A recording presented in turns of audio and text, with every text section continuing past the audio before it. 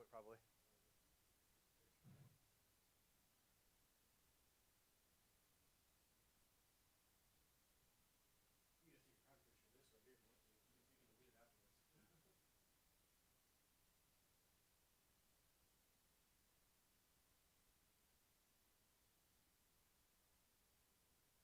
I'm going to leave this camera off until we need it, okay?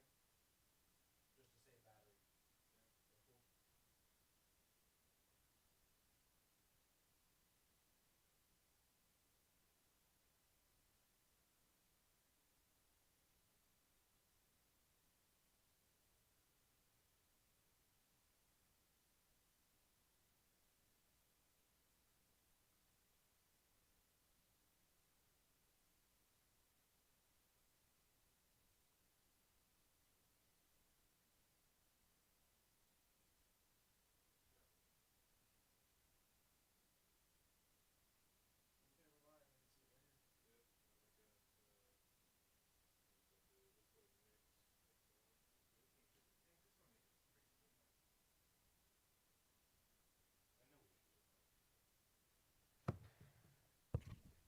What's up, Nick? Thanks for jumping on earlier. And people will, I assume, start filtering on. Hey, this is Hendyamps, and we are here at your service to demo anything you're looking for. And all you got to do is get on the chat on YouTube and just send us messages, suggestions, ideas, whatever, and we'll make it happen. This will be pretty free-flowing. We got some camera set up so you can see close in to what we're going to be doing, etc. So, yeah, this will be fun. We got Landon here. What's up? Yeah, we're going to give it a couple of minutes, and we're going to continue setting up here, and this will be fun. So give us a couple seconds, and yeah.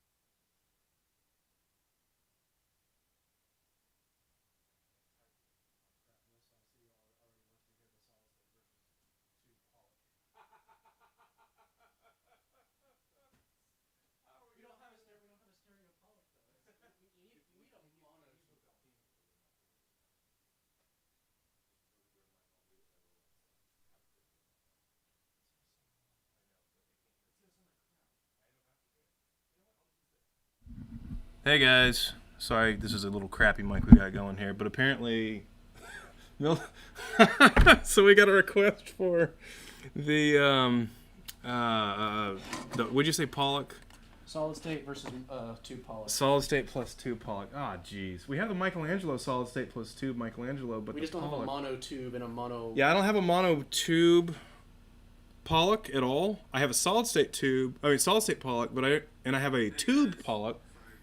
Yeah, turn that down. It's gonna irritate. Let me make sure this is working. Okay. But I can't do A B versus the singles, but I can go ahead and do like a mono solid state versus a mono channel on the tube. Would that work for you? To hear the oven as well. The oven? Yeah. Who's requesting that? Steve Kitch. Oh yeah. Hey, what's up, man? Okay, hold on a second. Do I have a functional oven in here right now? Hey Steve, he's looking right now if he has an oven, a functional oven here right now. If he does, we can hook it up throughout the stream. One of these two is probably functional. I just need to tell him what's going on with that. Oh jeez. Okay, Steve, here's the deal, man. I sent Maor the oven that was fully modded and ready to go for his approval. So we're kind of like in between all of that. I have two back here that I'm pretty sure are in mostly operational. Here's the camera. They're in mostly operational situation. Golly, can you put a light right here so they can actually see me in front of the camera? Yeah, put a light. Let's do that. Sorry I'm dark right now. I'll be light in a second. But I'll hook it up for you in a sec, and then we can listen to that one as well. We're going to let some other people jump on, and yeah, we'll just get to How it. about I just run you another mic over here that you can actually hold? Yeah, but this mic's right here. It's fine. It sounds like crap. I know it sounds like crap. Landon's yelling at me because he's sitting here going, yeah, but that condenser you have, that little cheap USB condenser next to where my OBS operation is over here, so this is where streaming is happening. But we've got all the cameras and stuff set over here. So it's going to make sense and it's going to be awesome. How's but that? Can you see him now? they can see me, yeah. He's going to be out of focus, though, because we're not focused on him. Yeah, right now I'm texting the link out to a couple of people so that they can jump on. I don't know how long this is going to last. It's basically as long as anyone's interested or until I pass out or Landon passes out. In case you don't know, this Landon Hook, he is the studio manager here. He pretty much runs all of this stuff. I just, I guess I make things sound good and then just say, good, now I get to work. Good gear. But this is the space that we test everything out, so it's fun. We enjoy it. We're a bunch of idiots over here. What did Lars from Metallica say? Look, at the end of the day, we're just a bunch of idiots trying to stay in tune. That's very true. All right. Live stream. Chris Collins goes, Landon says my whole studio sounds like crap, but it's okay. Well, Chris, you can rectify that if you... We can fix that, Chris. You just place a good order and we'll have you in business, dude. There you go. Yeah, we get you lots of good stuff going there. And then you don't have to be using, like, the stock pre's on your Apollo, huh? Shots fired. Shots fired. All right, I think... Mill Sound wants to know what you're drinking. He says he has a Prairie Artisan Funky Gold Mosaic right now. God, I don't have any of those right now. I hate you. Oh, man, my fridge is not looking so stellar. You want something, Lana? I might have some whiskey, yeah. What kind of whiskey? All right, so Landon's going to have some whiskey. Okay. And then So, drink of choice is Starward. I don't know if y'all can see that. For me, at least. It's a nice whiskey. All right, I've never tried this before. I'll have this. Chris is gonna have... What is Chris drinking? I don't know. Salvatore? Hey, you anyone ever had one of these? Salvatore Double Bock? Do you have any cups? I need to text your wife and get some cups. So we don't have a cup for Landon. Well, that's mine. Did you drink out of that since? Yeah, that's tea, dude. I had tea in that. It's gay. Okay, so it turns out I'm having a... Wow, it's not that bad. It's a Polliner Salvatore Double Bock. You ever had that one? It's not that bad. I mean, it's not going to be the IPA, the artisan stuff, but geez. Okay. So what were the requests again? We had... Just read the chat. Oh, jeez. God, I wish I had a prairie right now.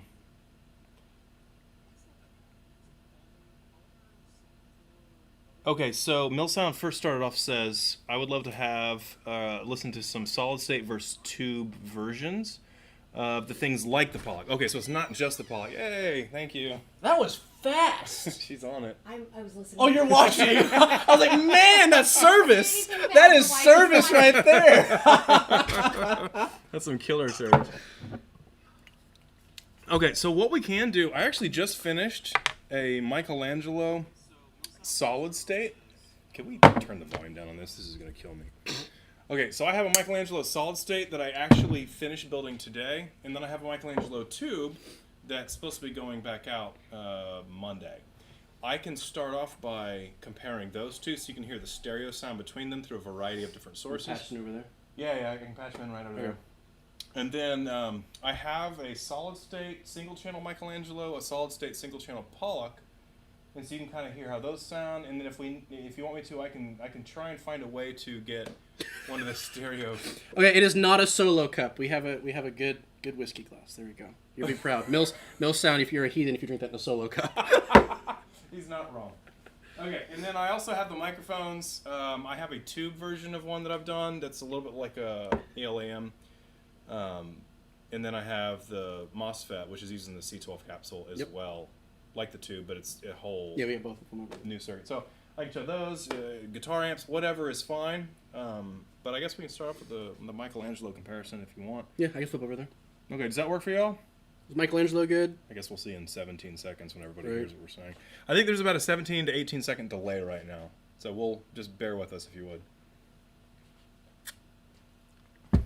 I'll tell you what, I'm going to jump over there, so we just pull this volume down. Yeah, pull it.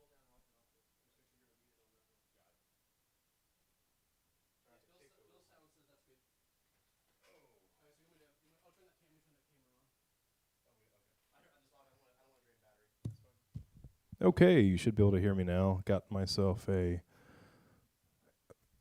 Beta 87. And if something's too loud or too quiet or whatever else, anything you're noticing, just go ahead and put it on the chat. Let us know what's going on, and we can fix things. Good. Okay, go for it. All right, so this is the regular Michelangelo. This is a current version. This one, although the faceplate got bent up because it was, never mind, it's a whole story. Anyway, this is a solid state Michelangelo version, so I just kind of put a Michelangelo picture on there because I'm a nerd and I have nothing better to do apparently.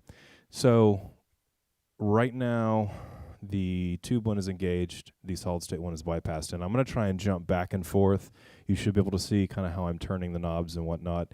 I have kind of a variety of sources, but if you have anything that you want me to run through specifically, go ahead and email it to chris@hendyamps.com. Any tracks you want to send, email it to chris@hendyamps.com. Make them links to WAV files that I can download real quick and run them through, just because MP3s are a little bit lame. Of course, I'm coming through at 320 compressed anyway, so. Yeah, you can jump on chat, share a link with anybody. All right. Let's start off with, we're going to try some acoustic here, I think.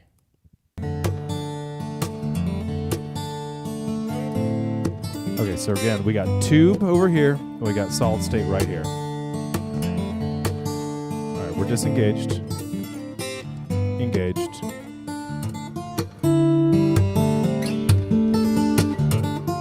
Aggression is adding a whole lot of beef to the signal.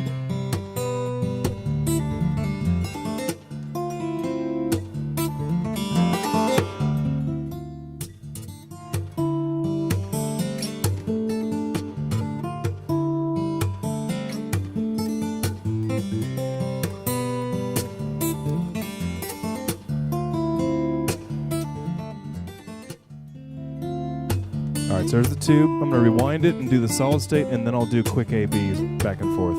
And both of these are full range.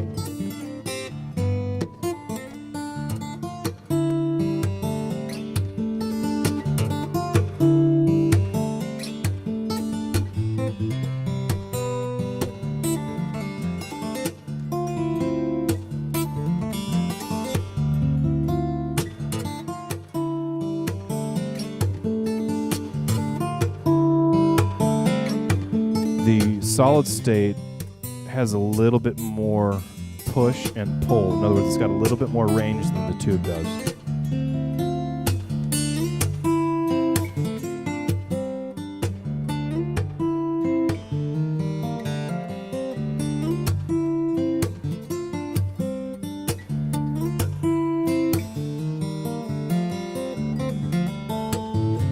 The air band is a little bit more apparent as well. All right, so here's what I'm going to do. I'm going to go back and forth between the two. Let's start this over. I'm going to go back and forth between the solid state and the tube and see if I can do some kind of A-B comparisons.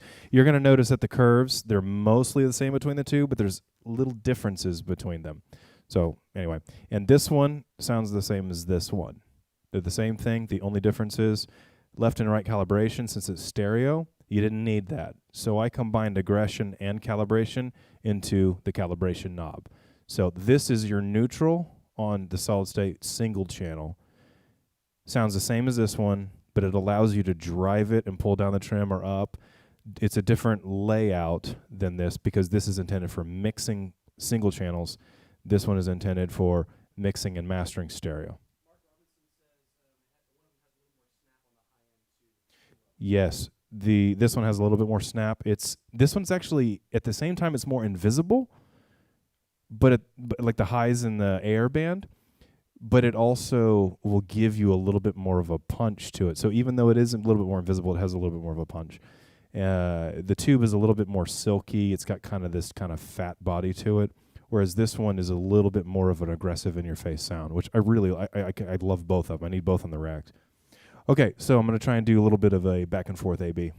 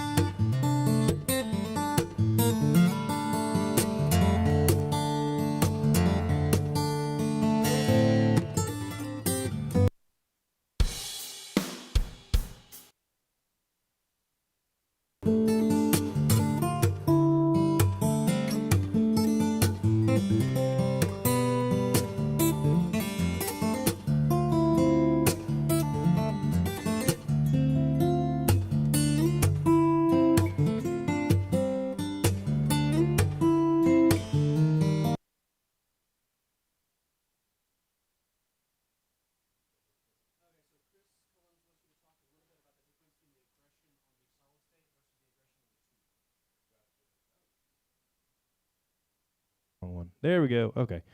I'm sorry. Ask the question again.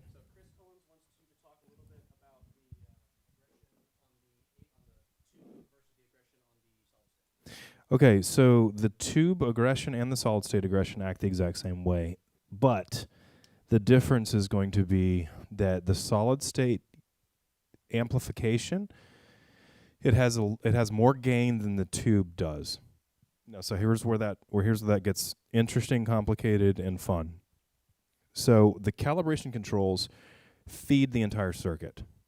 The aggression control increases the impedance to ground on the calibration control. So all of this happens on the input, and the air is a passive control that interacts with this as well.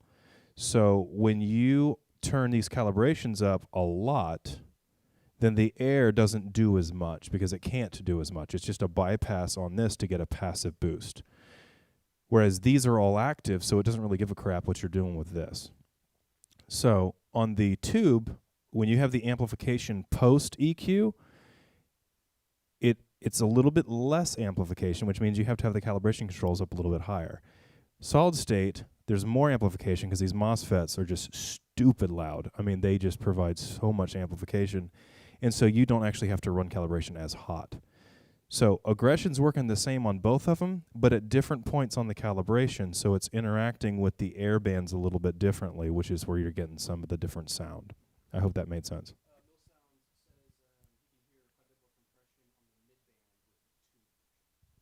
Okay.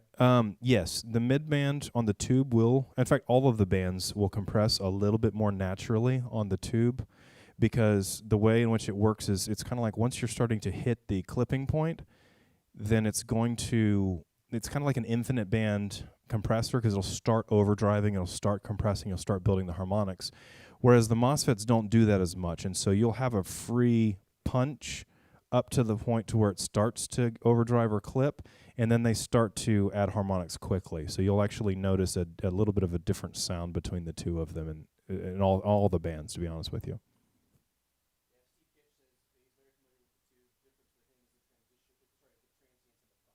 Yes. Transients in the punch, in the transistor one for sure.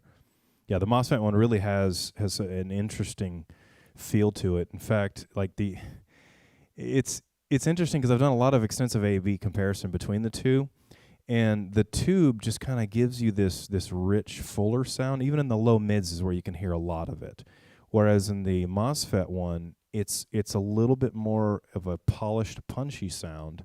And so the highs and the air can be a little bit more invisible, and the low it's actually a little tighter in the hit until you hit overdrive, and then it starts to kind of fall apart a little bit to a certain degree. So each of them have their own sweet spots, and both of them I find to be extremely helpful in the rack. So any other comparisons with these two? Like, do you want to hear drums, or let me think, what else do I got here? Like full mix or a different acoustic or snare, like individual tracks. I can run individual tracks with these two. Yeah, go for it. Whatever you want to hear, just comment in the chat. Let me know. But tell you what, while we're waiting, I'm going to go ahead and run a drum track.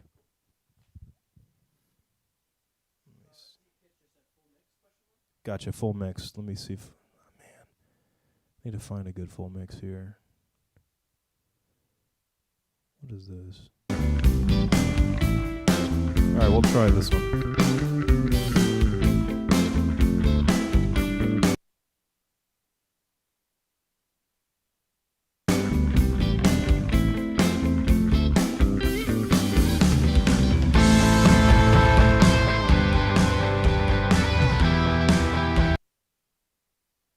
I didn't give myself enough headroom in the DAW. I was clipping the crap out of the DAW. Hold on a second. I gotta bring this mix down a touch.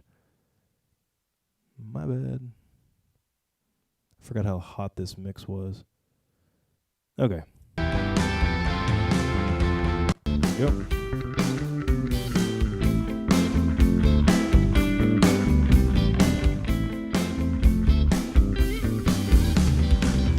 I'm gonna switch to 80 hertz.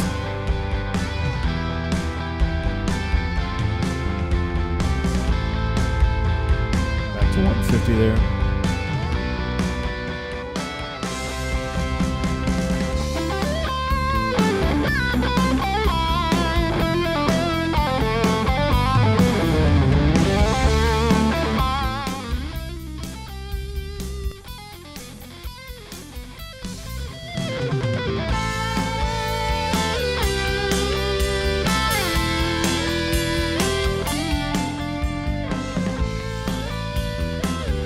Restart the mix. It's about to end.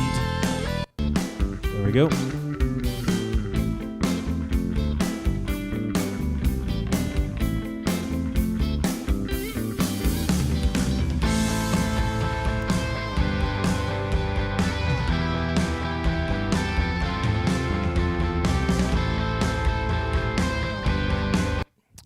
Jordan, I got your text. Yes, you're good to go. Don't worry. All right, that was the solid state one. I'm going to go to the tube one. Oh, crap. I'm on the wrong track. There we go.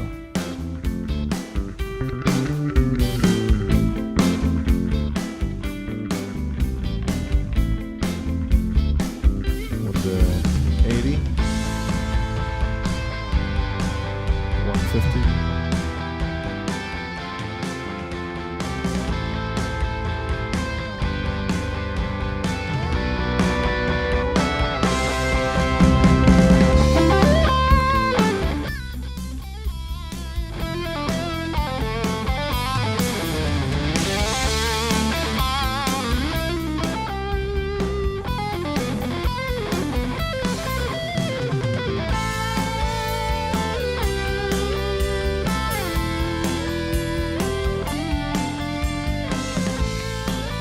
Now, one big difference between the solid state and the tube is going to be the high Z, low Z.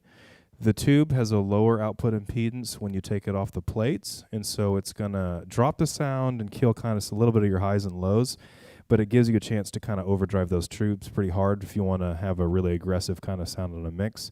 The solid state doesn't do that as well because the impedance is different, and so this turns into a bit of a distortion box when you put it in low Z or high Z, which could be really cool for sources.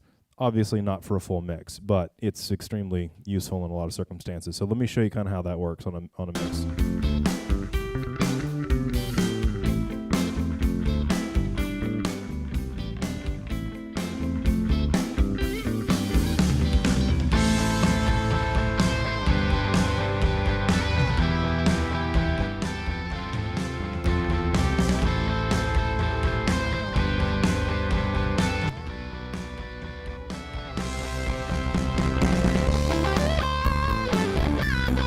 It's just crazy.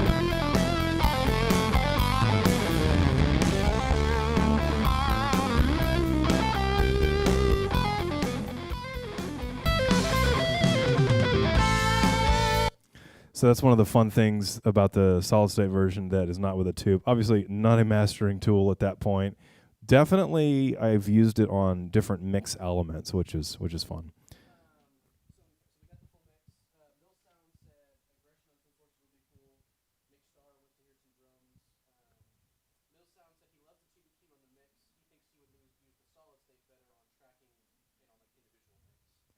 Okay. Hold on. So you said hear it on drums?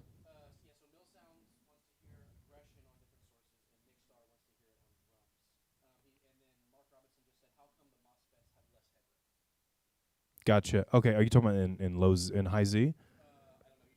Yeah. So what I was just showing is as far as the headroom on the MOSFETs, that's specifically in high Z version. And so high Z is the output impedance.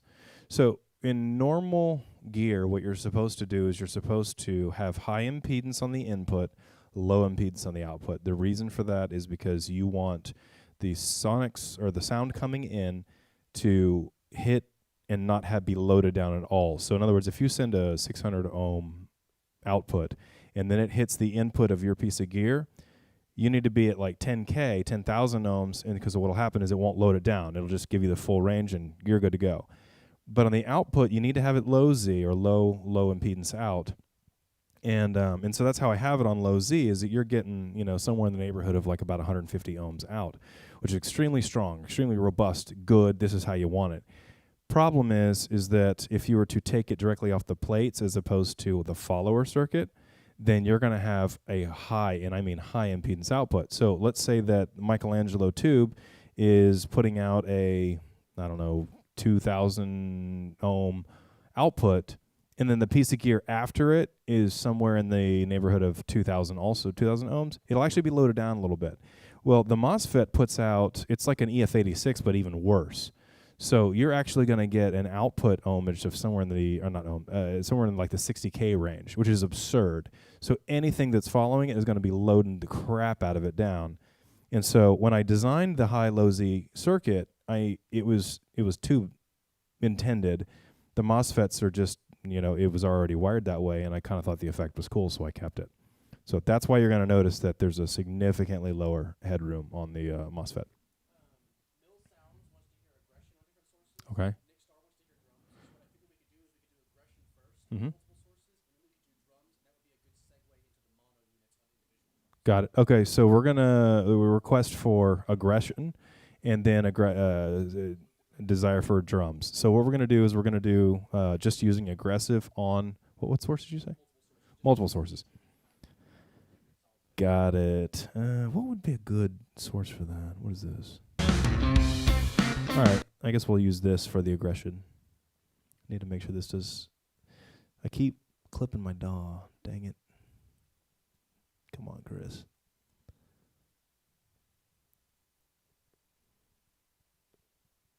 There we go.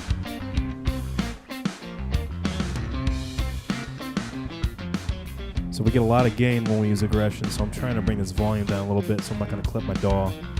If I do, I apologize. All right, so we're on solid state right now. Aggression.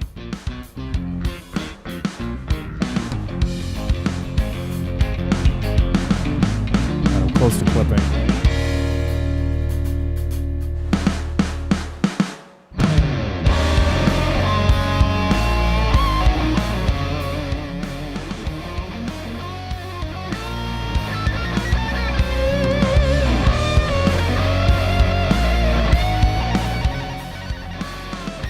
Sonically, what's happening with aggression is that it is actually raising the overall volume, but it's raising the lows and low mids faster than it's raising anything in the highs. And so you'll notice that when you pull aggression up, once you start getting like here or here, do not be surprised when you have to bring this in as well to compensate. But that's really cool because it actually changes the feel of it so that these will change with it. And so you're actually getting almost to like a new EQ the way that it functions. So let me show you what I mean by that, and then I'll go back and forth between the tube and the solid state.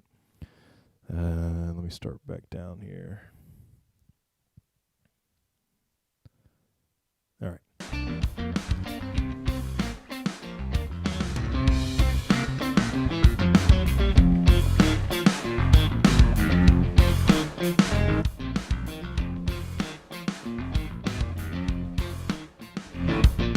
I'm obviously louder, but you get the idea.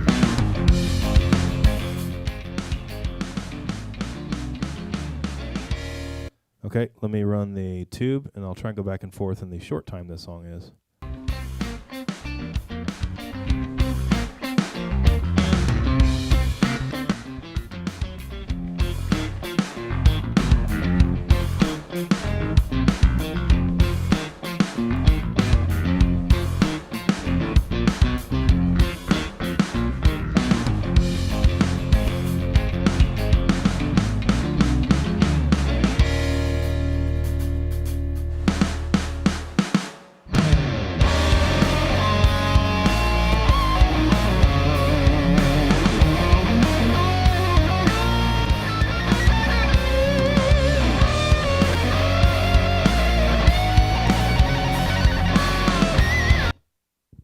It's hard to match them exactly because the same exact place on the knob will not produce the exact same results, but it gets you in the ballpark.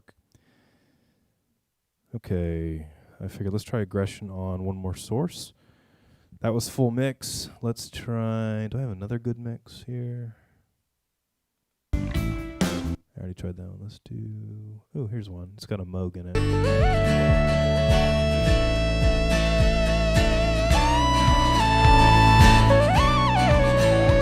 Crap, clipping the dog again. Stupid Chris. Okay, trying to get myself headroom here. Alright, here we go.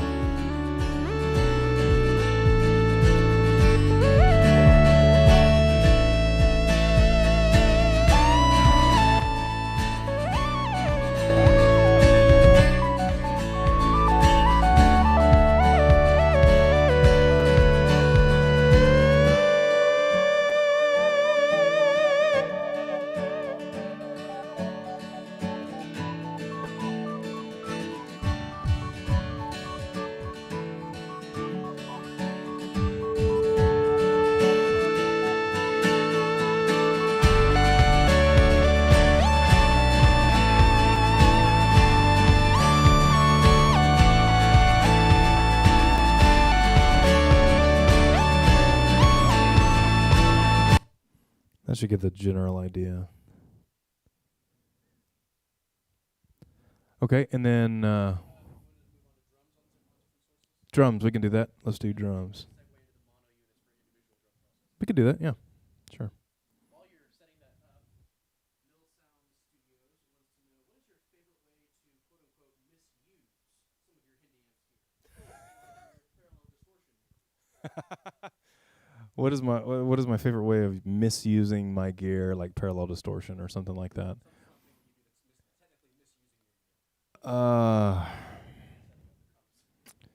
Honestly, using the gear is misusing it in many ways. Like the way I design stuff, it's funny because most engineers would tell you, well, that's the dumbest way you could wire that. And I say, yeah, I know. And they say, why would you do that? Why would you think to do that at all? And I would say, because what most engineers look at mathematically is a great solution, elegant, beautiful, etc., sounds like crap. And what looks awful mathematically sounds really good. So for instance, my favorite type of a guitar amp is a single-ended amp.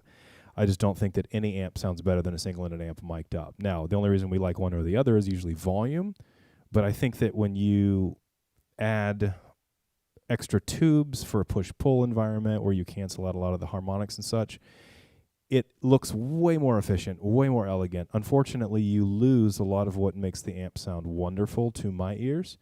And so I would say that most engineers would tell you, no, you're using over 90% of all of the energy is lost in heat. You're wasting it. And I say, yeah, but it sounds so freaking good. That's how it has to run. The end. Then, hard stop. I don't care what it looks like mathematically. Is it safe? Is it going to blow up? No? Good. That's what sounds best. That's what I'm using. So that's why I would say that using my gear is quote unquote misusing gear. Now, back to your intent of the question. I would say, believe it or not, overdriving MOSFETs on a bass guitar or something like that, even on like a vocal, like the distressor. I have a distressor in the rack, and I love my distressor, and I'm never going to sell my distressor because I love using it on nuke, on vocals, right after like 2 other compressors, just to add that little bit of grit to it. And for a lot of things, the solid state gear, these two especially, they do that, and it's so interesting because isolated, a lot of times some of the sources, if I've driven them a little too hard with a MOSFET, you might say, I don't know, man, it's just a little too much. To which I would respond, yeah, but listen to it in the mix. That little too much suddenly is what makes it sound like a record. Now, it doesn't always work, but I would say that the MOSFETs really have opened up my eyes to that because they break up not like typical JFETs and not like tubes. It's just something different altogether, partly because you're running 300 plus volts and basically boiling electrons. So, all right, so I already forgot what we're going to do. Oh, yeah, drums. Okay. So we're going to run stereo drums and just kind of do some examples there and show you the 2 EQs. And then once I do a couple of drum samples, then we'll switch over to the mono units, assuming I can get all these to work. I didn't check those yet. And we'll show like a snare or kick or an acoustic or whatever. Anything you want, really, is fine. All right, I think I got some headroom here. Mr. Chad sent this to me a while back. Is Chad on? Do you know? Landon? Is Chad on? Is Chad on?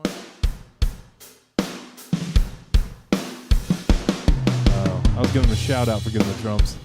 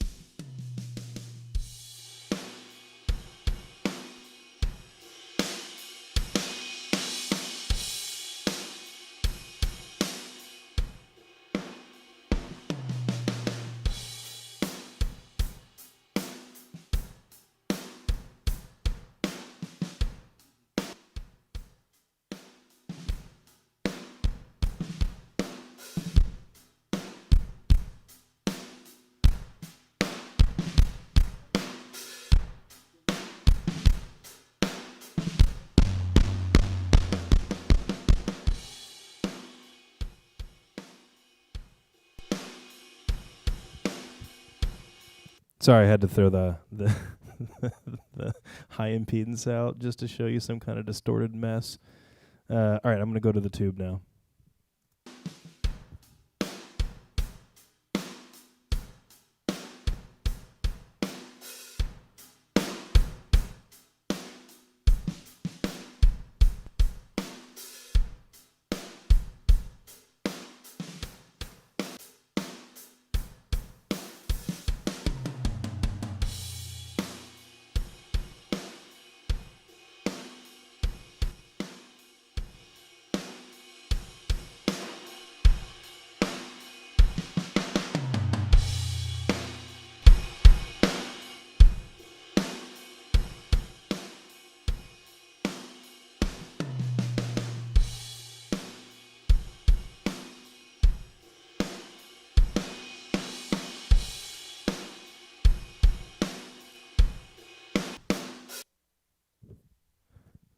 What's up? Mill Sound says, wow, switching the impedance on there and driving it sounds like a culture vulture, except you have way more versatility for shaping. Right. Yeah. No, the culture vulture reference is a good reference for sure.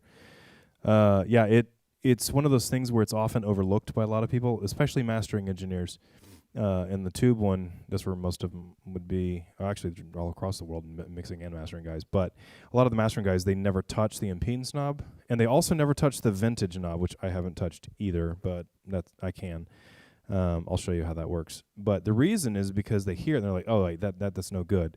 What they don't anticipate is it's really a tool to take a mix kind of to the next level in many ways. Like if someone gives you a mix and it's just one big bland nothing of a mix and you really need to add some analog mojo, the first thing I do is I flip the high impedance. I typically will go vintage, and then I start cranking these bad boys up, and I just start having fun with it, and even some aggression. And what it can do is it can really take a mix that needs some analog something, and it brings it alive very quickly. So that's one of the things that most people don't realize or ignore, and eventually, as you own it long enough and you start accidentally messing with things, suddenly you start to see the versatility of it, which is fun. Okay. What was I going to do? Yeah, I can move the mono units. That's fine. Okay. Okay. Yeah, we'll go to individual tracks. I got a snare. I got a kick here somewhere. Yeah, let's try kick. All right, I'm gonna switch. No, I'm gonna switch the plugs out real quick. Give me a sec.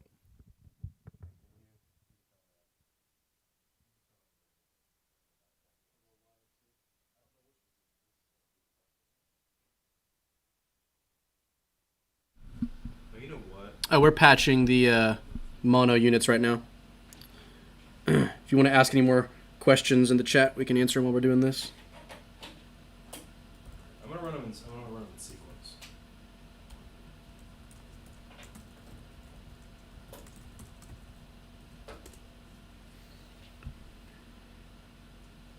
Mill Sounds, you probably have to use your mic. I don't think they can hear you all the way over there. Mill Sound Studio wants to know how hard would it be to put a blend knob on the EQs. Haha. Impossible. He says it would be impossible to put a blend knob on the EQs. That has been asked since day one. Unfortunately, the way the circuit is set up, it is not really a feasible option for a wide variety of reasons that are complicated. Sorry about that. Steve Kitch says, I thought the tube was great, but now I have to have the solid state. Welcome to the black hole that's known as my world. Okay.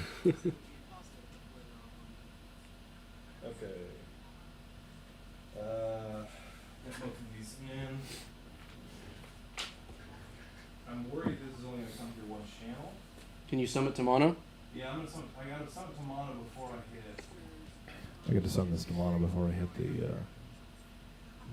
units here. Hold on.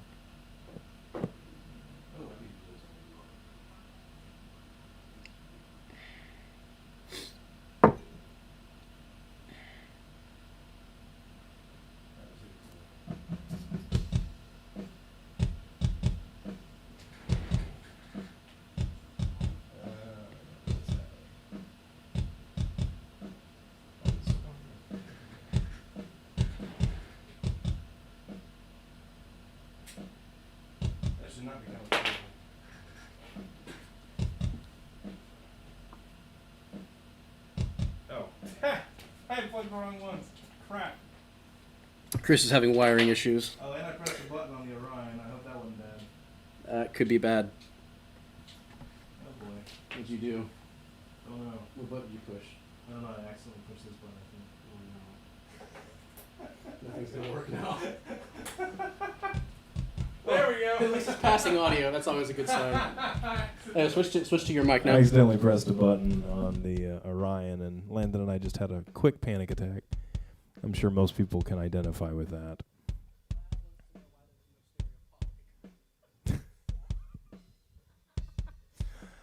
Okay, Vlad. I ran out of time. I'm sorry. And I don't actually have any rack space for a solid-state Pollock stereo. but I'm going to have to find a new rack, apparently. It's because I built this mosaic at 5U for no apparent reason, other than it's awesome. It's one channel, it's 5U. It's stupid. I will never build another one. I think I am routed correctly. Let me make sure. All right, Michelangelo's working. Pollock's working. Yeah, both of them are on the same time. Yeah. Did you turn that off? Okay, cool. Okay, so if I did my routing right, which is always suspect, my brain is never really engaged when it comes to routing things, other than wires. I like routing wires. All right, I'm going to go ahead and run through this kick track and just see, just goof around with the Michelangelo. This is the solid state. So this is the same as this, but it's just a dual mono environment on a 1U rack. Pollock is the same as a stereo Pollock. It's just a single channel. That's it. But it's the same thing. And again, I summed the calibration up here, so gain and calibration are both right here. The output is the volume for output. So in the mixing context with the single channels, noon is unity for both, give or take, maybe a slight amount, but good enough. And so I'll go ahead and run through the Michelangelo first, and then I'll run through the Pollock, because that's a whole different ball game. All right, here we go. Kick.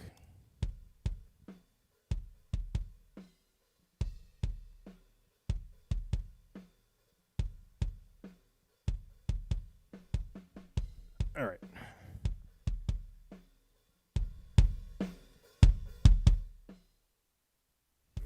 There's a lot of range on this trim. And the input has a lot of gain on it too.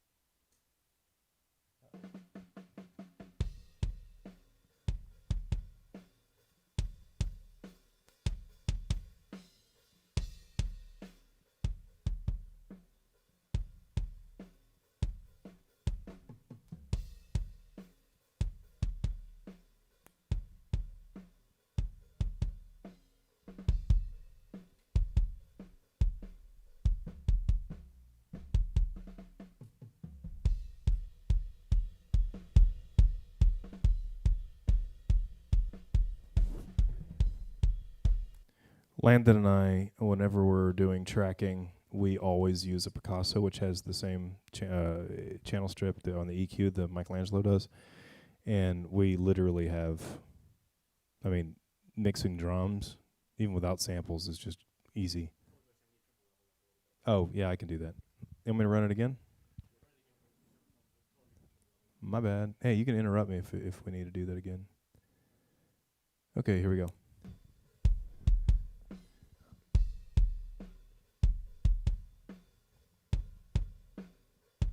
All right, so there's the raw track there.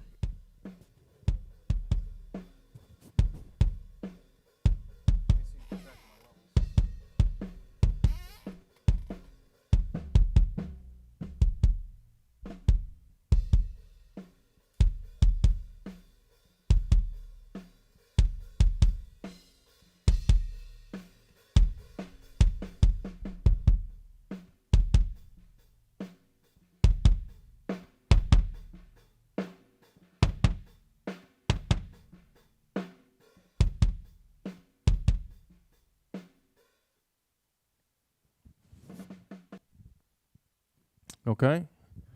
So quite easy to use with kick drum, if you ask me. It takes a sample or a sound or whatever you run through it, and the curves are wide, but they're extremely useful for kick specifically.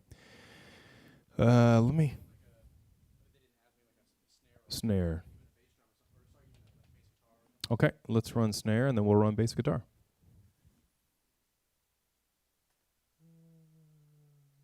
Snare, there it is. What is this?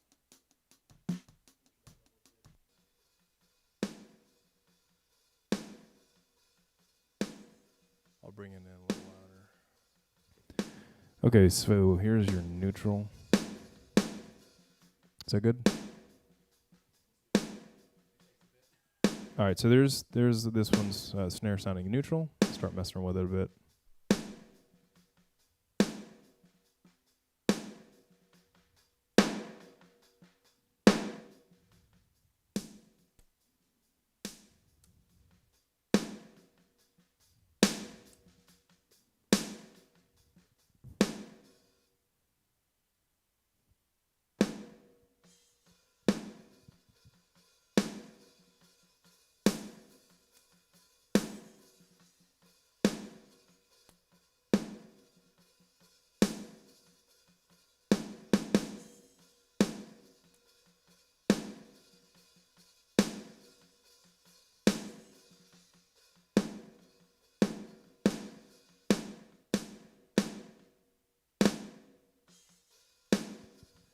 I'm going to see if I can get this to distort a little bit.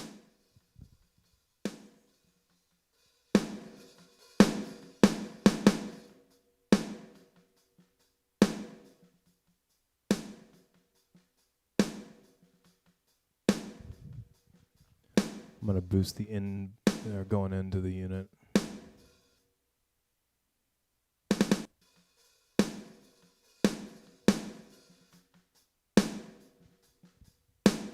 All right, so you're actually getting a little bit of the distortion on the MOSFETs right now.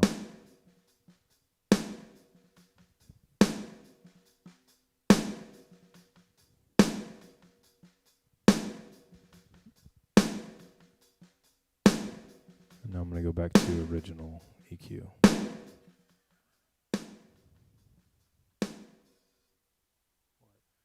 Field sound goes, theoretically, would you rather have to mod a Behringer tube preamp or make a Hendyamps 500 series unit? So, okay. So Okay, so Chris is answering the question, would you rather have to mod a Behringer tube preamp or have to make a Hendyamps 500 series unit? I'm going to go mod Behringer, and here's why. Because I'll gut the crap out of it, literally pull every single piece of gear out of it, and build something real inside of it. Whereas a 500 series, you're requiring me to build something that cannot be powered properly. And I can't work with that. Okay, so what do we want now? Bass? Okay, so I got a bass track in here Jordan sent me that has a lot of distortion on it. That's kind of fun.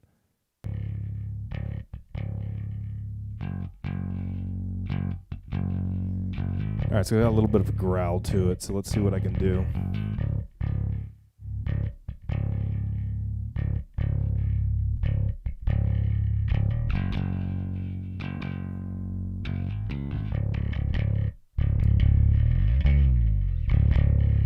My sub's going bonkers right now.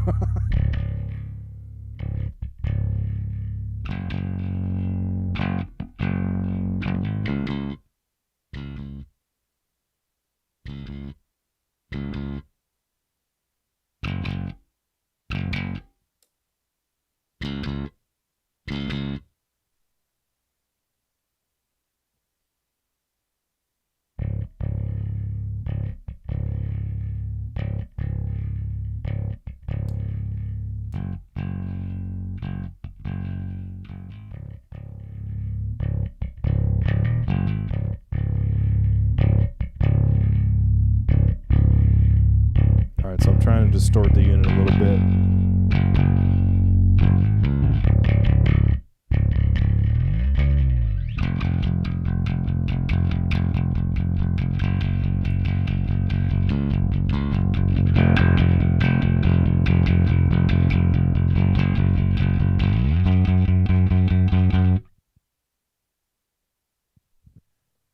Okay, so there's that.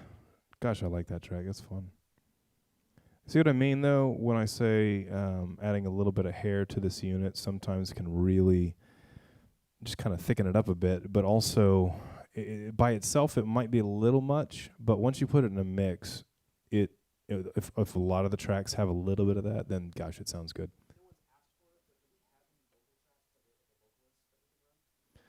Vocal tracks. Shoot. Yeah, I don't actually have any vocal tracks right now. We could plug me into a pre and yeah, let's do monopollic and then we'll start figuring that crap out. Okay, so let's go with we're gonna start doing the monopollic and see what kind of shenanigans I can do with that. Start off with what? Kick again?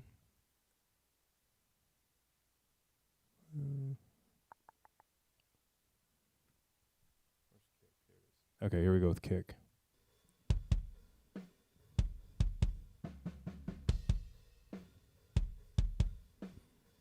That is really quiet.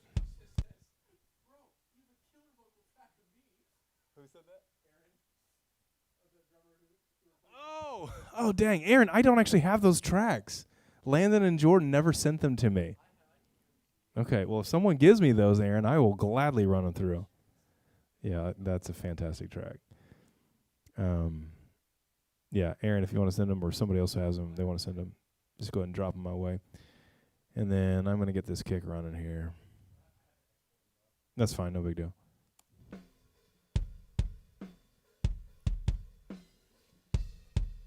All right, here we go.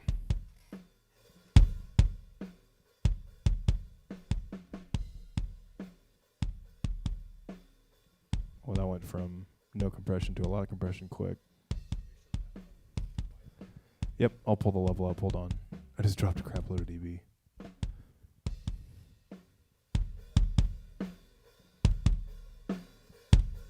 There we go.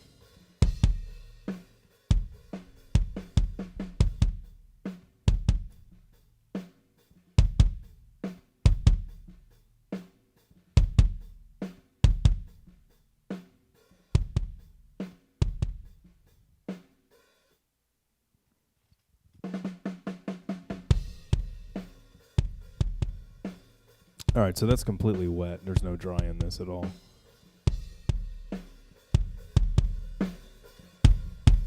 Oh, jeez.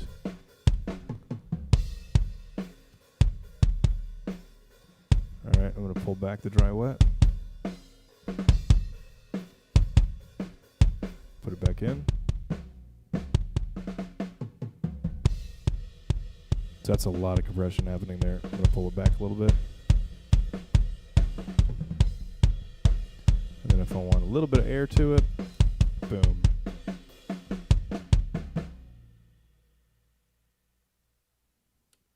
Okay. Let's get that kick going again here. Switch back modes. All right, so that's a lot of compression. Let me pull back the wet dry.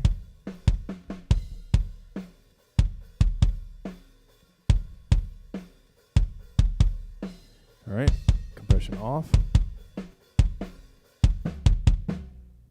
Compression on.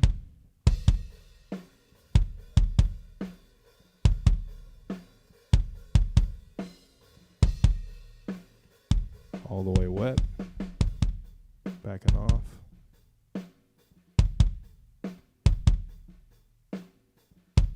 Compression off. On. So you're going to notice that the wet dry, it operates differently than a typical parallel. It's not actually parallel at all. The wet dry, what it does is it engages kind of this limiter in a sense, not a traditional. Golly, I'm using these terms, but they're typically used differently than I'm using them. So imagine that you're going to compress, say, 20 dB. And your compressor operates in such a way that it hits 20 dB at the peaks and it hits 10 dB somewhere around 50% of the peak.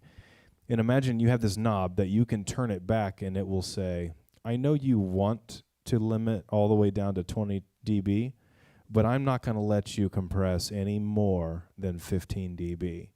And so you can keep compressing like you normally are, but I'm only applying up to 15 dB. And so as long as it's over 15 dB drop, nothing more will be applied, only 15 dB. And what it does is it makes the release dynamic so it can actually elongate the release a little bit until it releases back past 15 dB, even though it's compressing 20 and then it's back to 15. So it's not a true parallel circuit. Instead, it's limiting how much compression can be complied.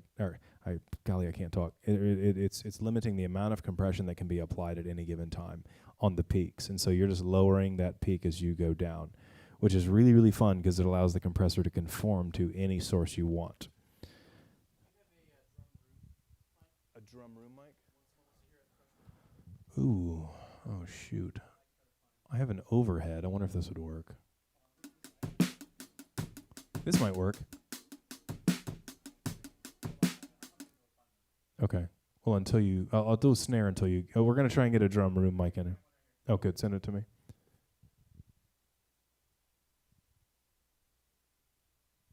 All right, I'm loaded up, Landon. Landon's airdropping me a drum room sound. We usually record on Landon's computer. He's running Pro Tools. I run Cubase because I freaking hate... yes, it is.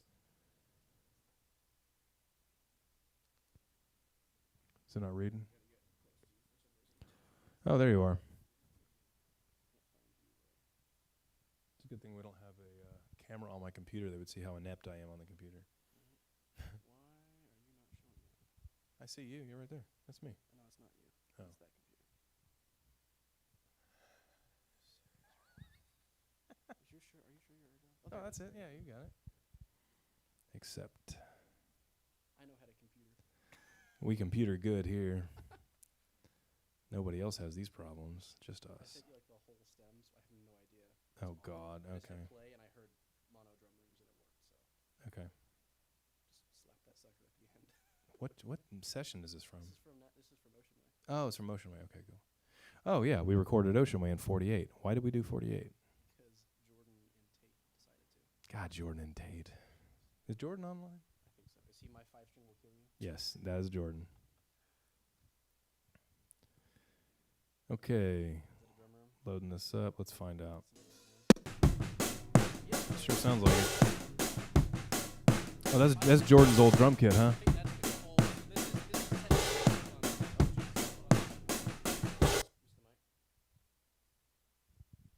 This is so what you technically are hearing, it's not a room mic. It's that's a Coles kind of like a crush mic in the middle of the kit, which is gonna get crushed anyway. So Yeah. All right. So let's see what this sounds like. All right. So there's the raw sound.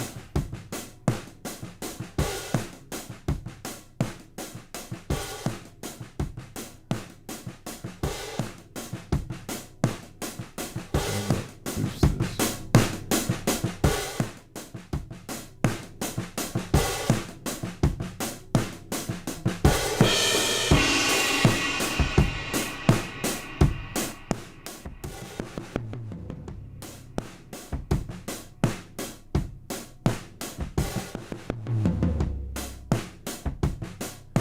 So there's no compression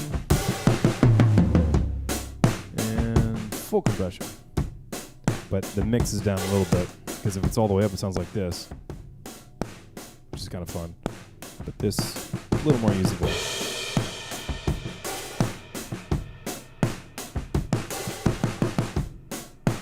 Okay, I'm gonna bypass the hardware.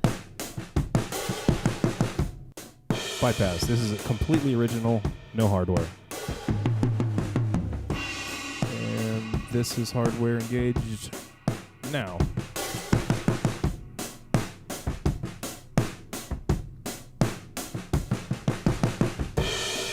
Super fun. Yeah, dude, that's a fun room mic. More whiskey, got it. I need some whiskey. All right. What else we want? We want snare or anything else? Okay. Let's see how many things Pollock can compress. Let me pull this down a little bit. Yes, I would like my beer. Thank you. And yeah, I have a coaster. Thank you. All right, got a snare sound here.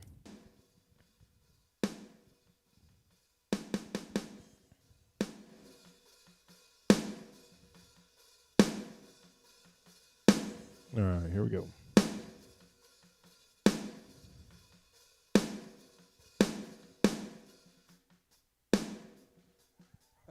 Sorry, my chair was in the shot.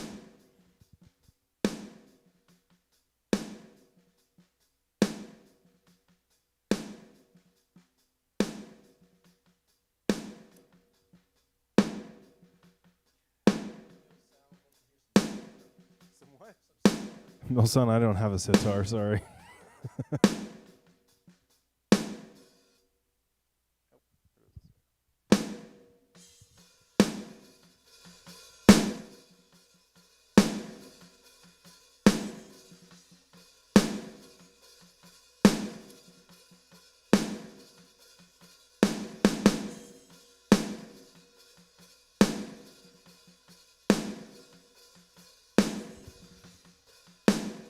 All right, let me bypass the hardware. All right, that's no hardware. No idea if this is level matched or not. And hardware in now. No, it's not level matched. Sorry. No hardware. Hardware. Okay, let me go switch modes here. All right.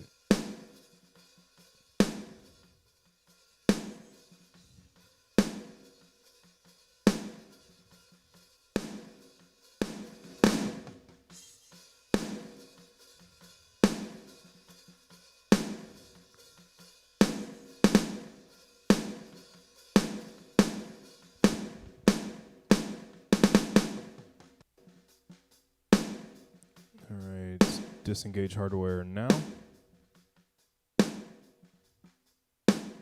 Hardware engaged now.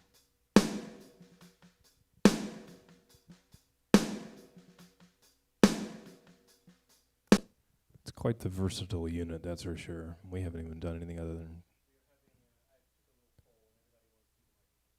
Let's do microphones then. All right, give me one sec. We're getting it all set up.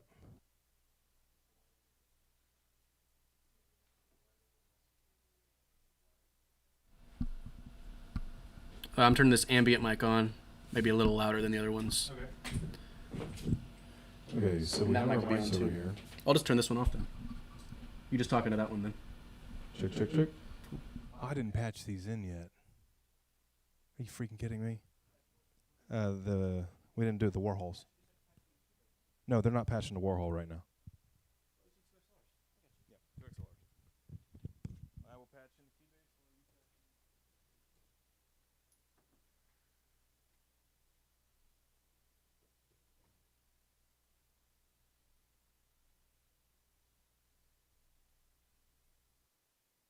All left, right.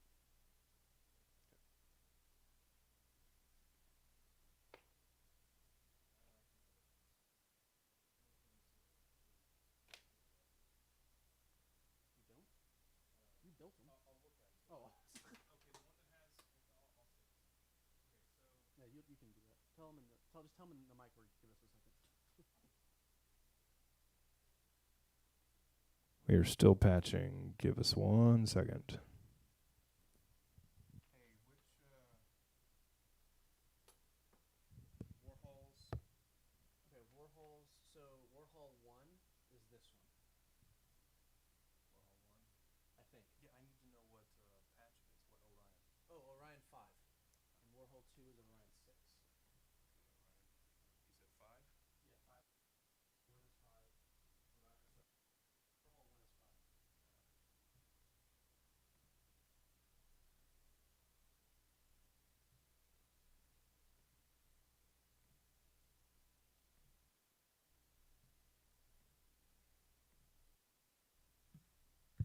All right, I think I got these patched. I don't know if I've patched them in. I'll just figure it out in a second. Just don't monitor them because it's going to be crazy. Go ahead. Be easy. Okay, so this should be this one. Oh, geez, that's loud. I can turn it down. Bring it down a little bit. You should get nothing now. You got Okay, nothing? yeah. And then slowly come up on it. Okay, next one. Okay. You should have nothing on it.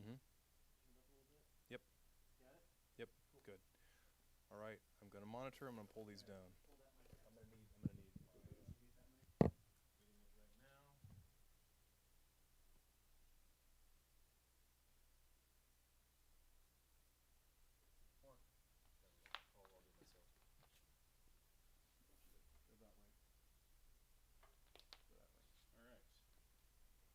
Not having you face plant. I'd rather not face plant. Thank you very much.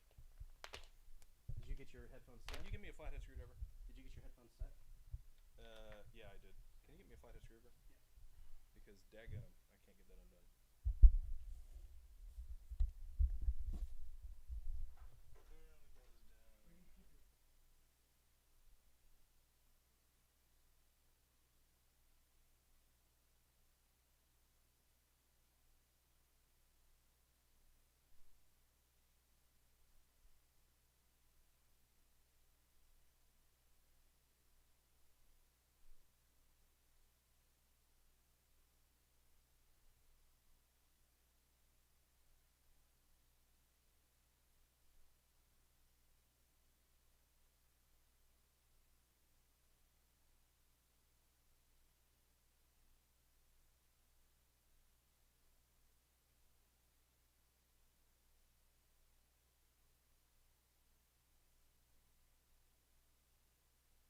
Check.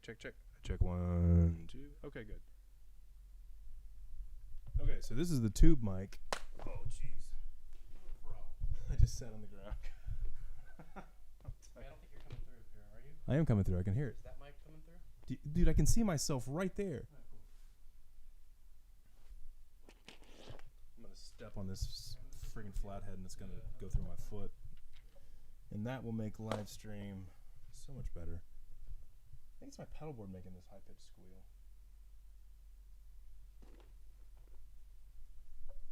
Okay. Are we good? Oh, there we are. Can you bring me a chair? Check 1, 2. Check 1, 2. All right, I can see my level. There's something that's... Oh, it's my amp. My little 1-watt amp is turned on the entire time, not plugged into a cab. Don't trip on cables. That's not gonna wreck my tube at all. Okay, so here I am. This is a tube version of the mic. This is the solid state version of the mic so that you can hear what this type of a microphone with a C12 capsule, what it sounds like with a tube version of the mic I designed, and then you have the MOSFET version of the mic that I designed, which everyone's interested in hearing. So, but this will at least give you kind of a reference to go from. And As you so, talk and explain it, this is a question for you to answer. Mill Sound wants to know, if you were a patch cable, what color would you be? if I were a patch, jeez, I need a pop filter. If I were a patch cable, then I would probably be, man, I don't know. Oh, and by the way, you might want to turn down that microphone over there. Was it still live? It's got like a hum, yeah. Thank you. If I were a patch cable, I would probably be... Oh, this is down. Well, then what do I have live? Something's live around here. I don't know. Whatever. Who cares? Okay, I don't know, man. I would probably be a black patch cable because I would want to not be noticed until I was needed. But, oh well, I don't know. I guess that makes sense to somebody. Oh, hey, Landon, can you know what? I'll do it. Never mind. Ugh. Give me 1 sec. I need to kill these things.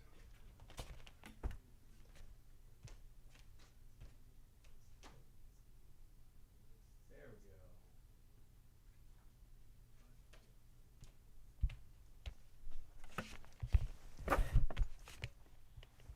Oh. All right. I'm back. Okay, so here it is, the tube mic. I'm going through the Warhol preamps, and I'm not using the EQ. The EQ is disengaged right now, and so you'll get an idea of kind of how it sounds. It has a very, very wide frequency response. I'm actually running a 12AU7 because I think in this circuit it just sounds really good. Plosives are an issue with this mic if you don't have a good pop filter, because the C12 is going to extend all the way down to super low frequencies. So it's a very similar to kind of an ELAM sort of sound, but it's kind of a cross between that and some others in an original.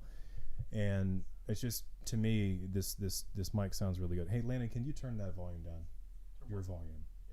Okay, cool. So it's got a very good high frequency extension. You'll notice that it has some decent low mids here, lots of bass, very full sound.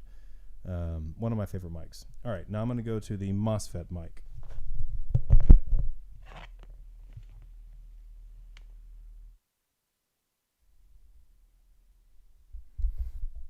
Okay, so here's the MOSFET mic. Very different sound. Same capsule, but what you're gonna do, I feel like I'm hearing a delay or like an echo or something happening. Like I'm hearing myself twice. Why am I hearing myself twice? Is anybody else hearing it twice, or is it just my headphones? I wonder. Oh, you know what it is? Oh, I'm such an idiot. I think I have the delay on.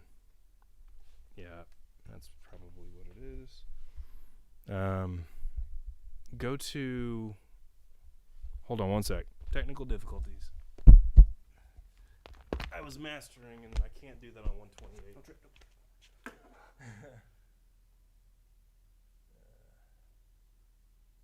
Oh, is it your buffer? Yeah. Okay. Couldn't think of the word. I was like, bro, all the mics are off. No, I'm on 1024. That would be a problem. Yeah. So I hear myself talking, but oh god, it's killing me. And I didn't have my headphones on earlier, so I didn't notice it. Yeah, Mill Sound says it wasn't on there. Okay. Sorry, I thought I was gonna lose my ever-loving mind. Okay. I'm back. And the thing you'll notice about the MOSFET mic is it is super present. You'll also deal with plosives a little bit, but not as much, because the low frequency content, while it is still there in spades, it's not there at the same level that the tube mic version is. And so you don't have the extreme low frequency extension, but you are going to get some ridiculous clarity. You're going to get some incredible... Oh, you go ahead and use the pop filter. You're going to get some incredible, like, overall, just, man, articulation. The high mids are just freaking awesome. I love the way this mic sounds so much. I think I'm a little bit quieter than I was with the tube mic. Let me pull this up. And again, we have no EQ. We have no compression going, just the Warhol sound. Check, 1, 2, check, 1, 2. Okay, now... what I'm going to do is I'm going to have both of them live, and I'm going to go back and forth so you can hear a good A-B between the two. And I need to probably screw it. I'm not going to use a pop filter for that. And one mic gets toasty and the other doesn't. Check, 1, 2, test 1, 2, check 1, 2. We're on the tube mic right now. Got a very thick, driven sound. And then the MOSFET mic, which is just a radically different sound altogether. Check, 1, 2, check 1, 2, MOSFET mic. Check, 1, 2, test 1, 2, tube mic. Check, 1, 2, test 1, 2, MOSFET mic. Check, 1, 2, test 1, 2, tube mic. Like I said, freaking love both of them. Very different aims, what they're supposed to be doing. Now, the tube mic, whenever you flip the different polar patterns, they do what polar patterns are supposed to do. What if I break it? I can fix it, all right? Which one is this? I don't know which one this is plugged into. Let me find out. Check, 1, 2. Check, 1, 2. Check, 1, 2. It's definitely not that one. Check, 1, 2. Test 1, 2. Check, 1, 2. Okay, so on the far right setting you got of the tube mic, you have the figure 8. So check, 1, 2, test 1, 2, test 1, 2, check 1, 2. And you got a bunch of positions in between, and then you got Omni on the far left. Where's the front of this thing? There it is. Check, 1, 2, test 1, 2, check 1, 2, test 1, 2, check 1, 2. So we're in Omni. And now we're back to regular check, 1, 2, test 1, 2. So this is the tube version. Again, this is a lot closer to what you would expect from a cross between a C12, ELAM, and those type of microphones. Check, check, check, 1, 2. All right, now I'm going to show you the MOSFET, the polar patterns. Oh, God. The polar patterns, I'm popping the crap out of this thing. The polar patterns are radically different. They do not go to omni. They don't go to figure 8. They just change the feel and sound of the microphone. You'll see what I mean as soon as I show you. All right, back on the MOSFET. Check, check, 1, 2, test 1, 2. All right, so right now I'm on the center, which is the sweet spot for this one. As I go to the left, it's actually going to get a little bit scooped, and you are going to lose volume, so you'll have to gain it up. Check, check. Some people are asking, what is the pricing for the tube mic? Same as the solid state. They Oh, $1,300 right now. $1,300 for both mics? Each mic, yeah. Each mic $1,300? Yep. Check, check, 1, 2. Check, check, 1, 2. Turned it to the left 1. Check, check, 1, 2. Takes a second to engage. Check, check, 1, 2. Left again. Check, check, 1, 2. Test 1, 2. You can hear it getting a little bit quieter, but it's also getting a little bit scoopier. Check, check, 1, 2. Test 1, 2. There's one over again. Check, check, 1, 2. Test, test, test 1, 2. All the way down on the left-hand side. Check, check, 1, 2. Test 1, 2. The mic is starting to compress a lot too. I can hear it in my ears. It's like sucking my brains in. All right, we're back in the sweet spot center. It's going to acclimate itself. I'm back. Okay, now I'm going to move it over to the right. Check, check, 1, 2, 1 over to the right. Check, check, 1, 2, test 1, 2. You're going to notice that by the time I get all the way to the right, this is going to get super mid-heavy AM-y kind of sound. Check one more. Check, check, check, 1, 2, test 1, 2. Check, check, 1, 2, over to the right again. Check, check, 1, 2, check 1, 2, test, test 1, 2, all the way to the right. Check, check, 1, 2, test 1, 2. Check, check, 1, 2. I think I'm doing the wrong one. Crap. Check, check, check, 1, 2. There we go. Okay. It's kind of an effect, the way that it works, and so I always recommend having it in the center because that's where it's going to sound the best. So no, you don't get all the polar patterns with the MOSFET mic. Instead, you're going to be getting a microphone that has different kind of feels and sounds. But in the center position is really where my absolute favorite sound is. So that's that. Did we want any requests or anything else you want me to do with it? Plug it into something or whatever? Would it be interesting to plug them into a Picasso style preamp so they can actually hear the mic EQ'd? We could do that. Yeah. So actually, you know what? I'm in a Warhol right now. I have a one knob EQ and I have a compressor. So let me go ahead and let you hear what this sounds like in a Warhol. Explain the one knob EQ. Yeah. So the one knob EQ is a tilt EQ-ish. It's mostly a tilt EQ with a little bit of a dip in the low mids. You know the part where all the mastering engineers say, yeah, I had to dip your low mids because it was building up too much. So what I did is I built it into the actual EQ of the unit, because by doing that, if you run all of your tracks through Warhols with the EQ engaged, even if you're doing nothing with the EQ, it keeps from having that excessive low mid buildup naturally. And so this is why I almost didn't even put a disengage for the EQ on there, but I went ahead and did just in case you had some super, super quiet sources. All right, so what I'm going to do is I'm going to roll through the gain and I'm going to mess with the EQ a little bit. So first I'm going to engage the EQ, and you're going to notice about a 10 dB drop off because the EQ is passive and there is no special circuit to gain it back up. I allow the user to do that.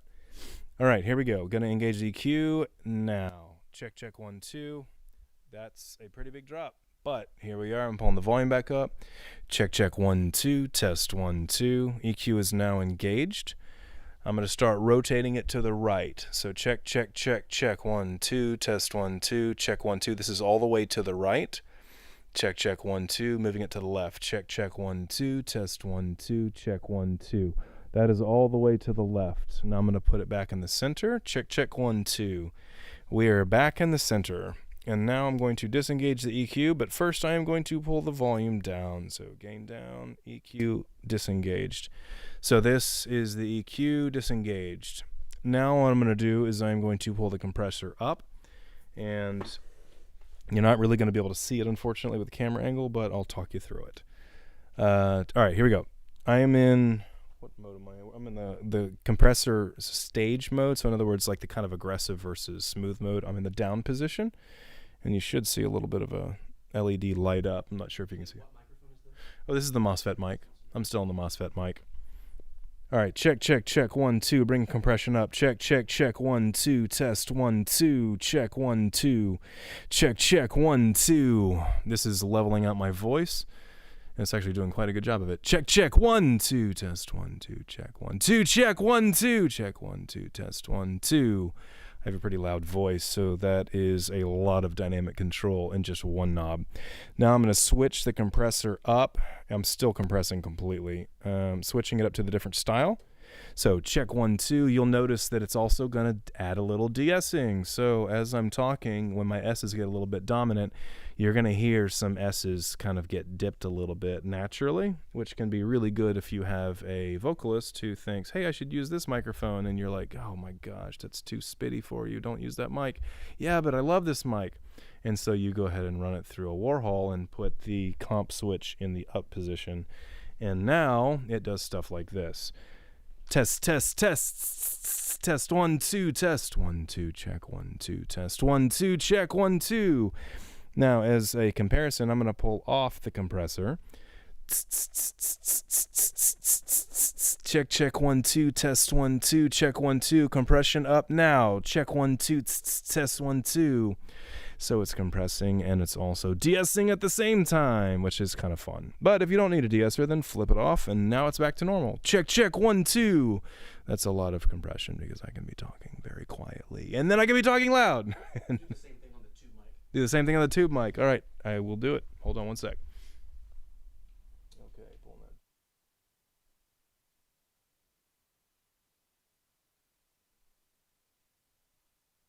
Yeah, Milhel. The Warhol rocks my world too. We use it on a literal daily basis because it's freaking awesome. Okay, so here's the tube mic. You can really tell the tonal difference between these two mics, and to me, the application for both of them is awesome. Yeah, compressing, whatever. Okay, so the EQ is disengaged. I'm not going to engage the EQ. Test 1, 2, check 1, 2. EQ is engaged. Again, this is the tube mic running a 12AU7. Check 1, 2. Check 1, 2. EQ moving up. Check 1, 2. Check 1, 2. Test 1, 2. Check 1, 2. EQ moving down. Check 1, 2. All the way down now. And we're back in the center. I'm going to kill the EQ now. Check 1, 2. Test 1, 2. All right, going to compression. This is compression with no de-essing, so in the down position of the comp style. Check 1, 2, test 1, 2, check 1, 2, test 1, 2. We're at full compressor right now. I don't know if you can see the light, but it's lighting up a lot. Check 1, 2, test 1, 2, check 1, 2, check 1, 2, test 1, 2, check 1, 2, test 1, 2, check 1. And over to de-essing, I'm still full compressor all the way up. Check 1, 2, test 1, 2, check 1, 2, test 1, 2, check 1, 2, test 1, 2, check 1, 2, test 1, 2, check 1, 2. And it's back to regular compressor. I'm pulling the compressor down, and we're back to raw signal. I have no idea if I've been clipping, by the way. Okay, good. It looks like I'm close.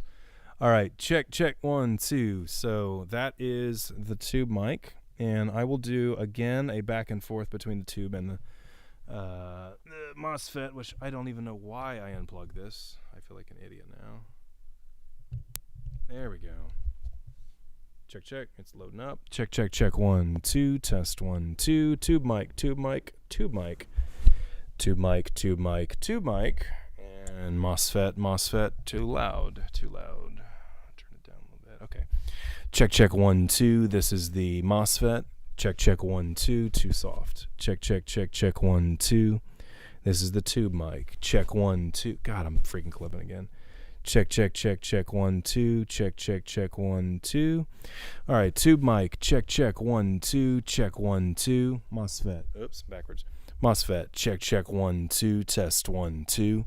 Tube. Check 1, 2. Test 1, 2. MOSFET. Check 1, 2. Test 1, 2.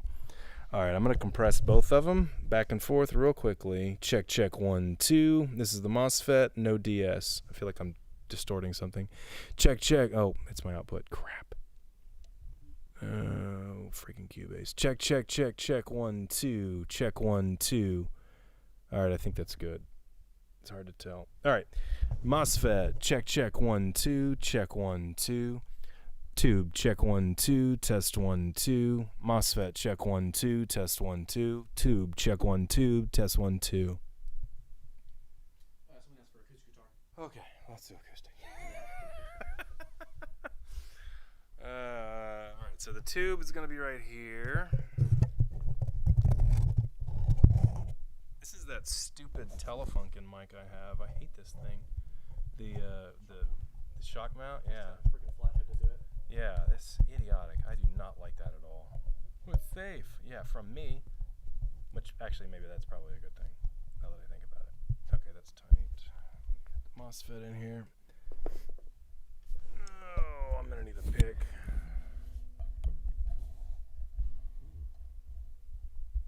There we go. Okay, I guess we'll start with a tube. And I'm going to be using a Taylor. It's a limited edition 414. Limited edition 414. Sounds so bougie, right?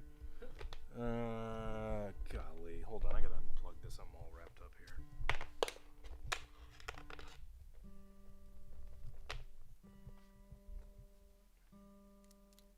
Okay, I'm back. I'm not back. I unplugged something else, I think. I can't hear anything. Why can I? Oh. Because this is unplugged. There we go.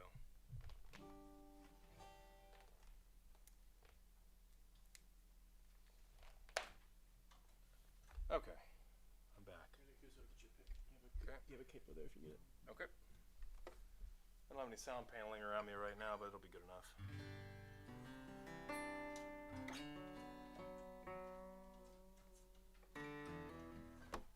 Get rid of the compression.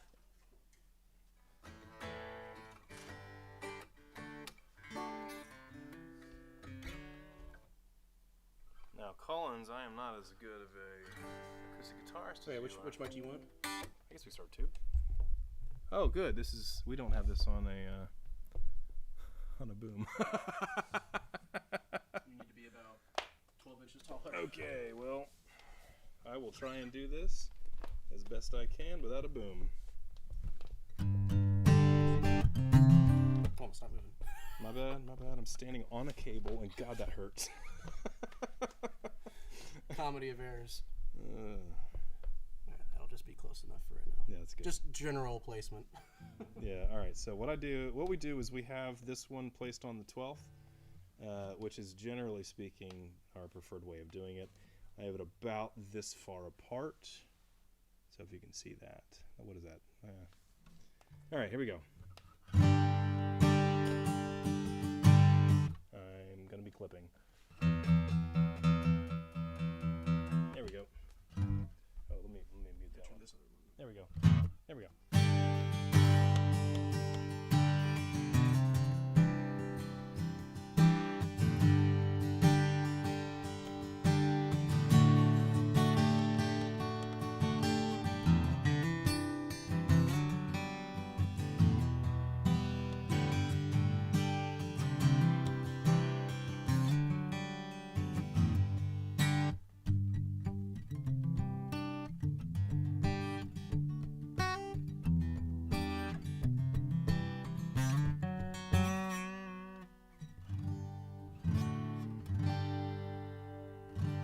Okay, that's the tube mic.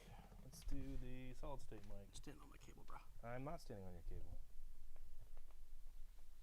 I mean, I was, but Hey, this mic off.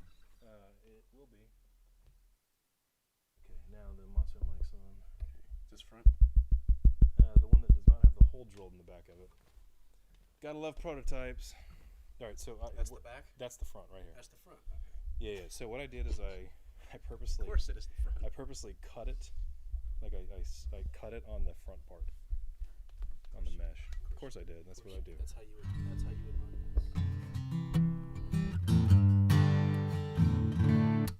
quite in tune.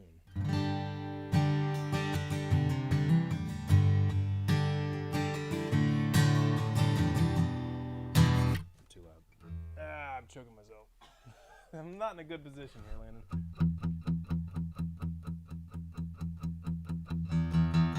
Alright, let's try that.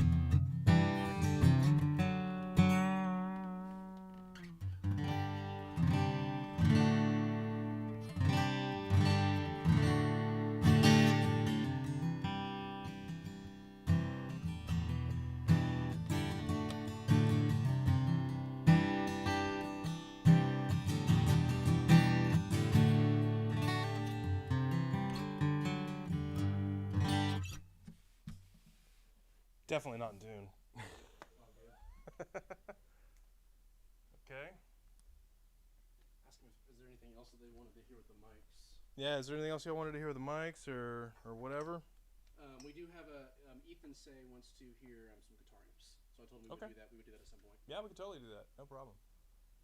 But I didn't know if anybody else wanted to hear anything with the mics while we're on it. Yeah, so we've done Michelangelo, done the single channel Michelangelo and Pollock. We've done the Warhol now. We've done. Oh, we were gonna run the mics through the Picasso so they could hear what the full channel strip sounds like. Yeah, yeah. Cool. Let's Use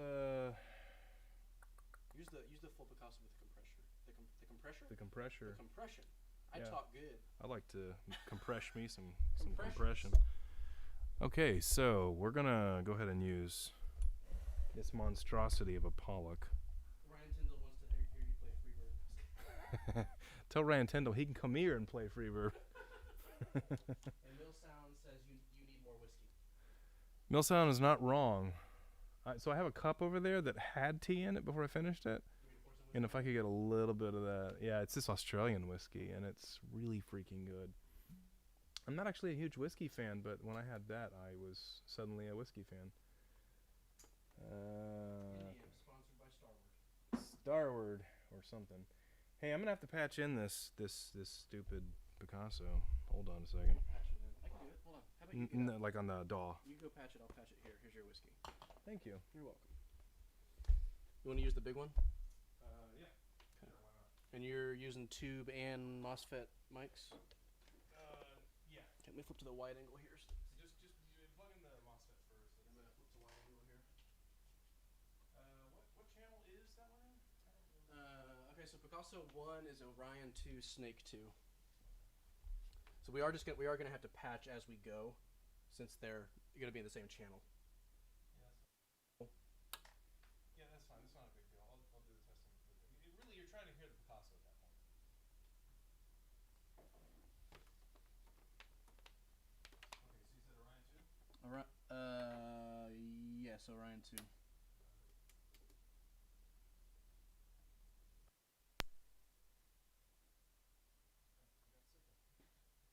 Oh, it's so nice to have a studio that's patched correctly. Okay, so red, I think, is this one. Is that right? Look at your meter. Is that right? You need to have your mixer right. Why would I ever want my mixer? I mean, seeing levels is so overrated. Okay, go ahead. Test 1 2. Yeah. Wrong one. Is that one? Or maybe. Check 1 2. It's that one. Okay. Put that one in. Check 1 2. Is this the one? There it is. Okay. See your levels. Everybody's happier. Yep. Hey. Don't breathe the whiskey. This is right here Got it. for that mic. Thank you, Landon. You're a scholar and a gentleman. I've wired me a few microphones in my day. All right, my phones are out again. I think that I have a bad plug here. Check. Oh no, I hear it. Never mind. Oh, it's because I have the gain all the way down. My bad. Do you need another extension? Check. Yeah, it does keep going out on me. Check, check. Okay, so here we are with the MOSFET again, and I got Picasso loaded up. Now, fair warning, this is an extremely old Picasso, as in like the original prototype version. There are a couple of tweaks, and so you're going to notice that from the get-go it's a little darker than the modern Picasso, but you'll get the idea of what it sounds like. And it's a really fun preamp. Okay, so gain all the way up. Here's gain all the way up. Check, check, 1, 2, test 1, 2. I usually keep gain right about here. Check, check, 1, 2, test 1, 2. Oh, shoot, I'm almost clipping again. Check, check, 1. God, I am clipping. Crap. I think my headphones need to be louder, but I don't think I can do it without, because it's feeding this. Yeah, I'll kill it. FYI, if you ever think, hey, I should get an Avocet 2, it's a cool monitor controller, but something happens, as we found out about 2 weeks ago, something like that. There's this quirk where if you gotta kill the volume. There's this quirk where if you suddenly it just decides one day, if you send anything close to line level, I mean like within about 4 dB of line level, it literally pops the fuse and it's done. And you have to go and replace the fuse, and then it goes again. And I was not going to be replacing fuses, so I installed a circuit breaker in the back of it, because I was like, this is bullcrap. Because once you get it going again, it's fine. And so what we had to do is we now have to run everything down 6 dB that's feeding the monitor controller. Otherwise, it pops its breaker, and yeah.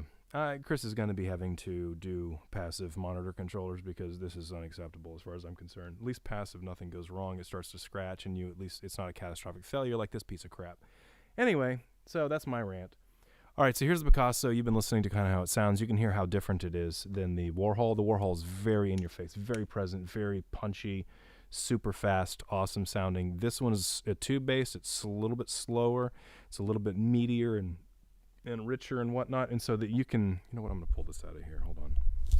Okay, so you can mess with the EQ, so that's what I'm going to do right now. We're going to bring up the lows, so check, check, check, 1, 2, test 1, 2. Suddenly, my microphone has a lot of low end. Check, check, check, 1, 2, check, 1, 2. The lows are all the way down. Check, check, check, 1, 2. All right, mids. Check, check, check, 1, 2, check, 1, 2. Test 1, 2, check 1, 2. Test 1, 2. I think I clipped it again. Crap. Highs. Check, check, check, check, check, 1, 2. I can't really see my readout. Check, check, check, check. Okay, good. Because it looks like I'm almost clipping from here. Check, check, 1, 2. Check, check, 1, 2. Cool, thanks.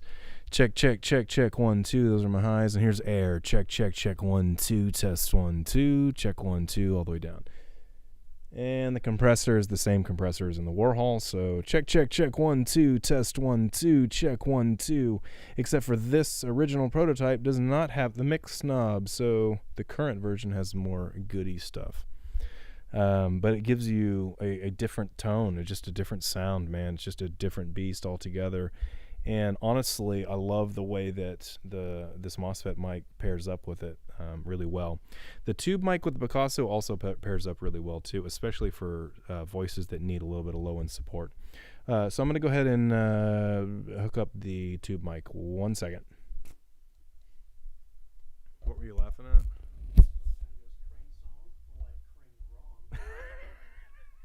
How much whiskey has Millhouse had? Oh, come on, you piece of crap. I hate this thing so much. For real, I gotta buy a new one of these.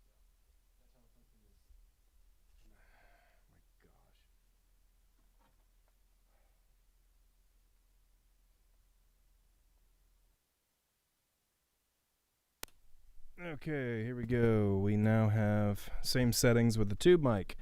Check, check, 1, 2, test 1, 2.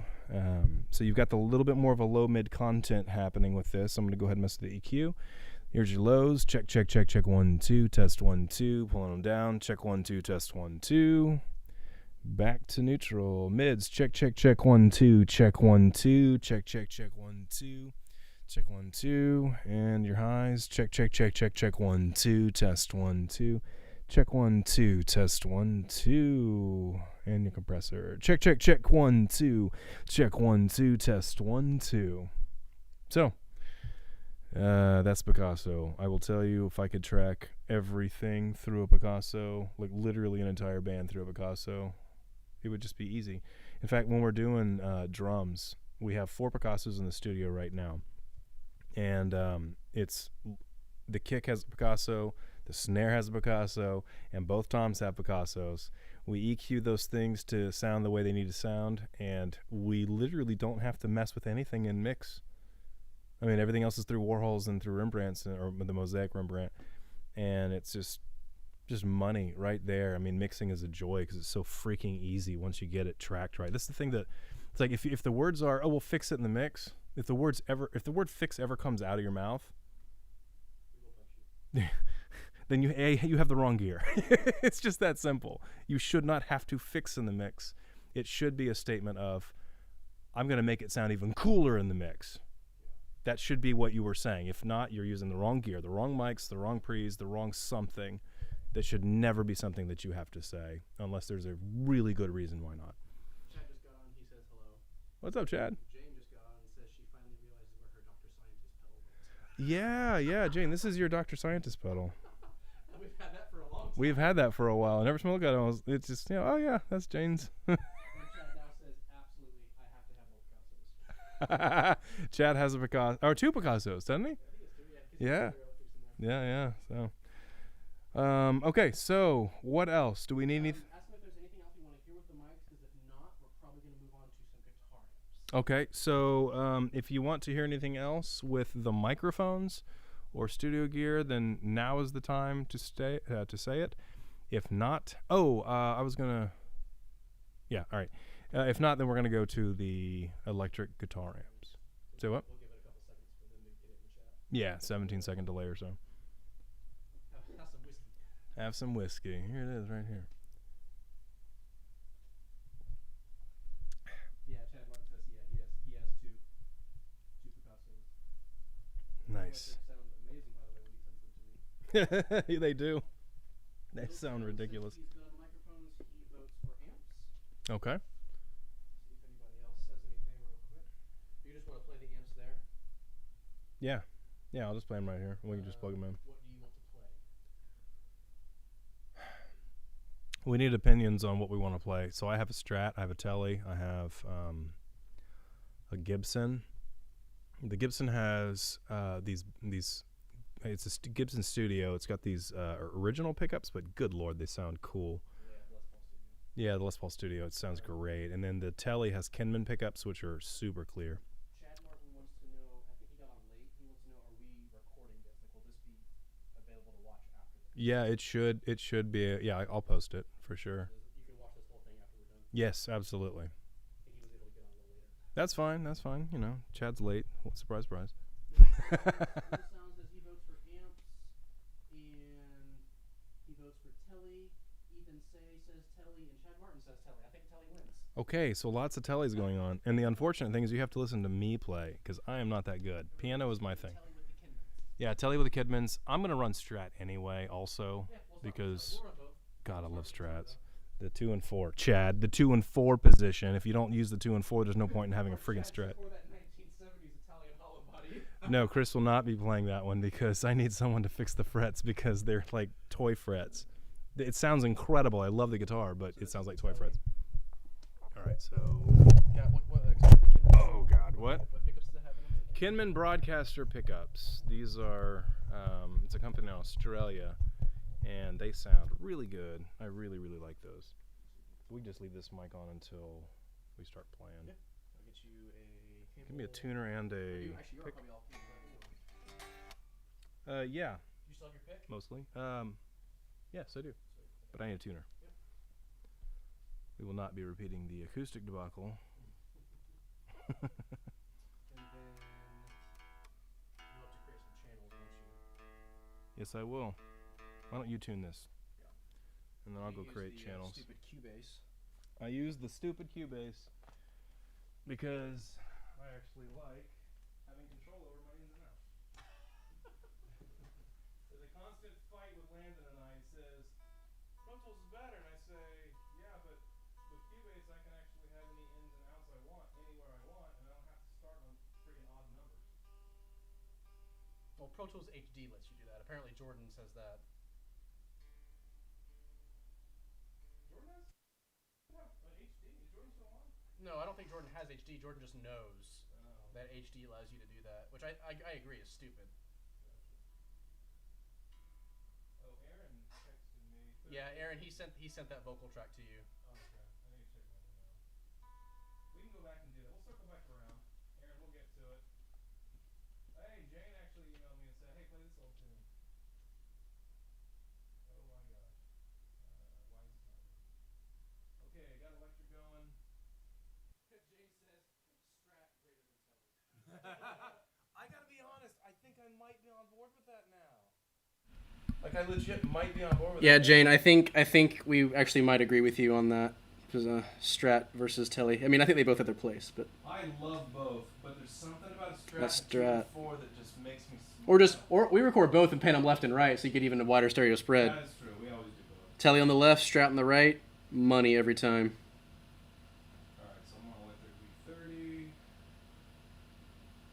Question is, what channel is the V30, do you know? I can tell you in a second. All this is actually working. Okay, vintage 30.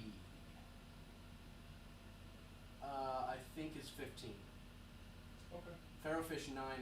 No, it's not. It can't be Farrowfish 9. You labeled this wrong, bro. You gotta label it wrong. It can't be Fair. Oh, Farrowfish 9 and 10 it could be. Sorry.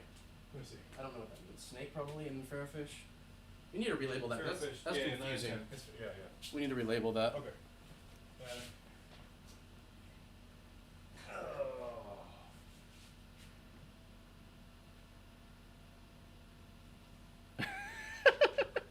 We may have started a revolution. I mean, a big argument in the chat about Strat versus Telly. I was on a 9. Oh, lame. 9's gonna kill my hardware channel. Oh. Cubase's stupid. You're stupid, sure. Oh, goodness. Okay, I gotta go into the Ryan and change that thing.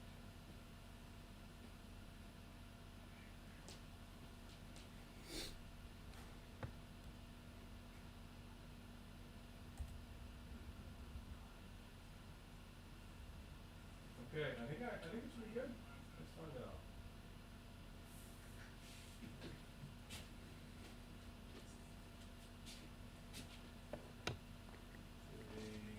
What amp do y'all want?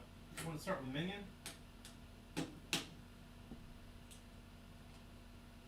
Mill Sounds. If you were in a patch bay, what would your label be? Difficult. my label would be difficult.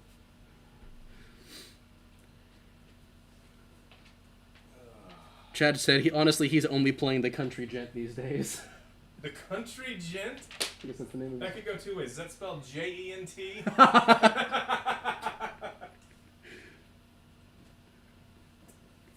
Sounds. If you were in a patch bay.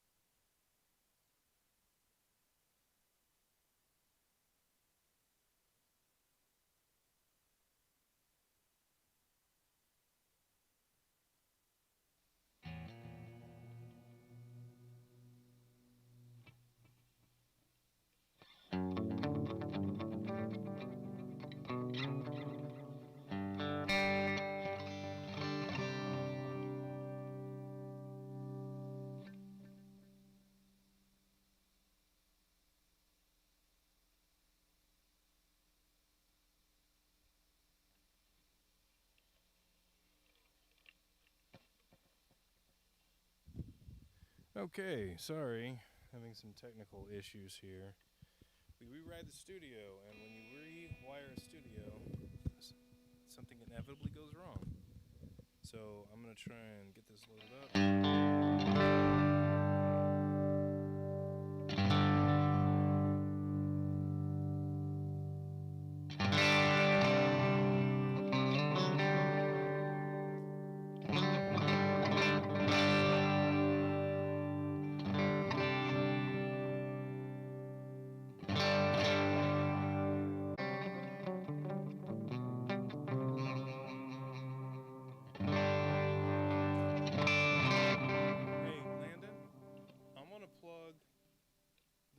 These are not working right. Something's wrong with them.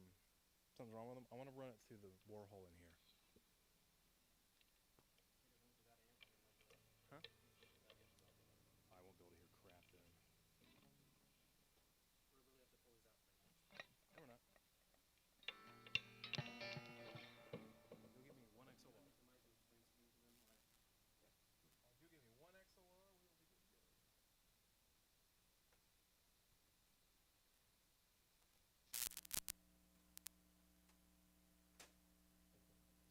Almost ready, I swear.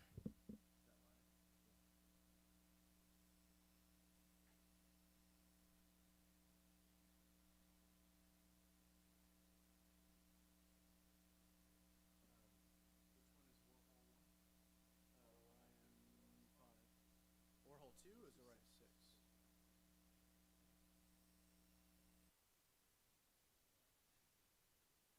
Go ahead and plug this into Warhol 2.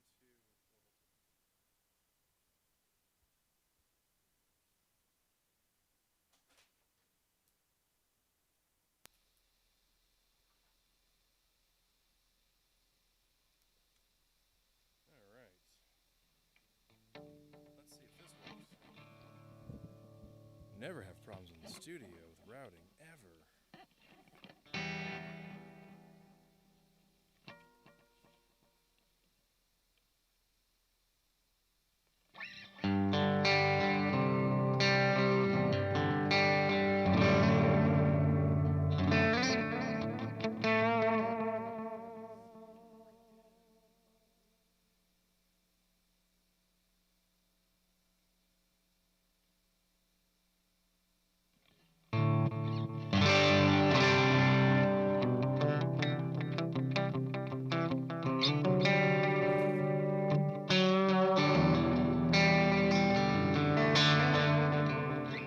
All right, so this is the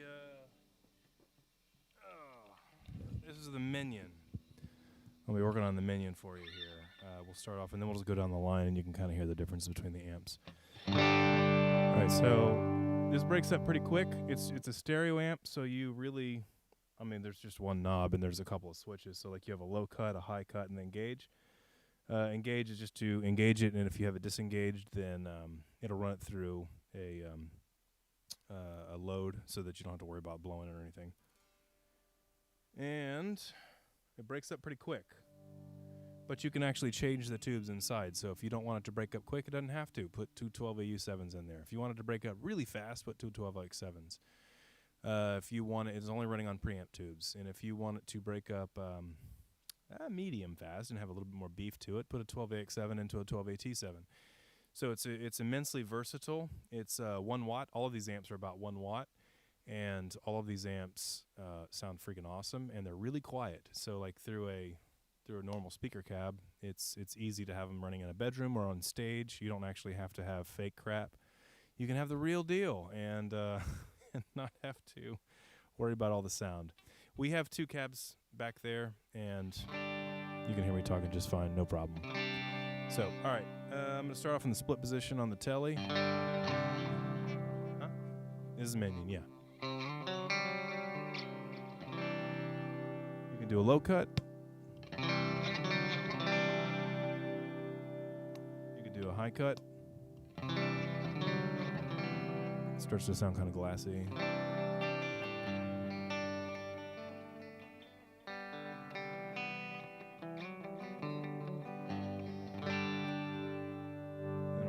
It up a little bit.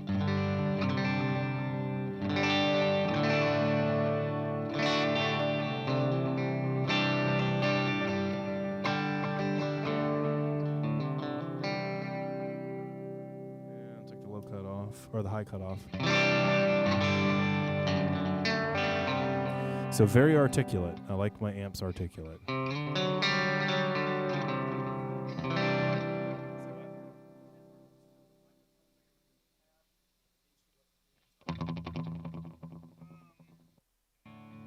one is the left one? Is that the retro or the vin?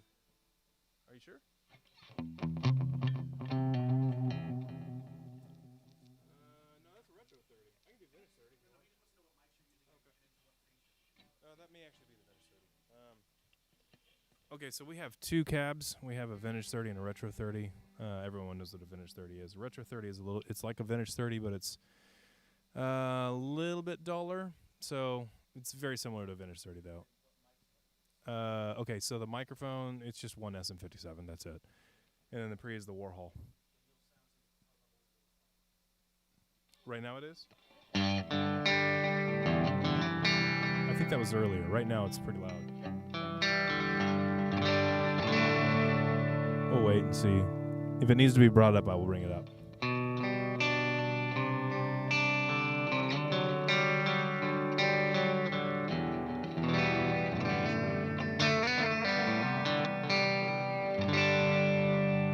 That's the neck position, or the split position, and then bridge.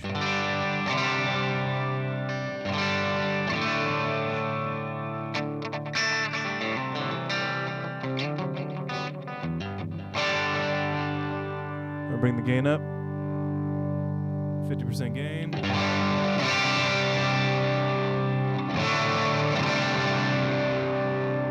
Kill the highs.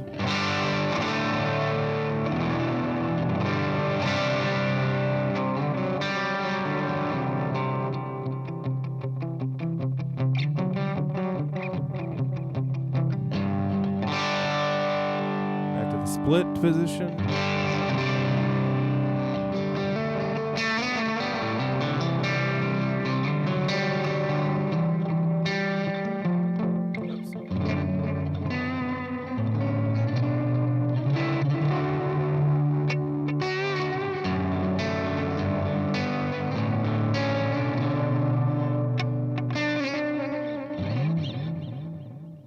So that's that. I'm going to cut the lows and I'm going to go all the way up just because why not?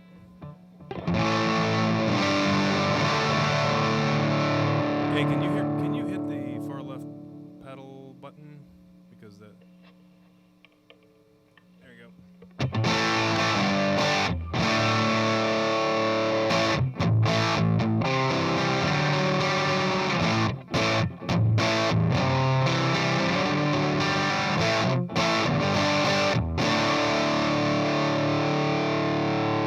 So this thing can get a bit unwieldy. Anyway, all right, that was dimed on the gain. So let me switch over to the next one down, which is Capone.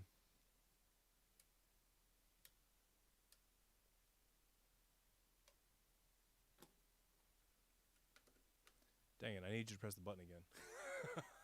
That's my delay pedal.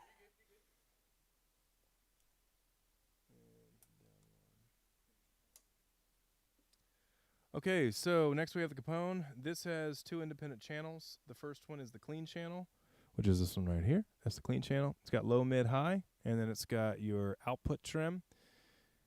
Landon, is there any way that we could move this camera forward so they could see better? Or is that not necessary? It's hard for me to tell from over here. Like if they wanted to be able to tell what I'm doing here? You have the space for it? All right, get ready to lose your stomach with the camera. Meanwhile, I'll take a drink of whiskey. And not too, that's fine, that's fine.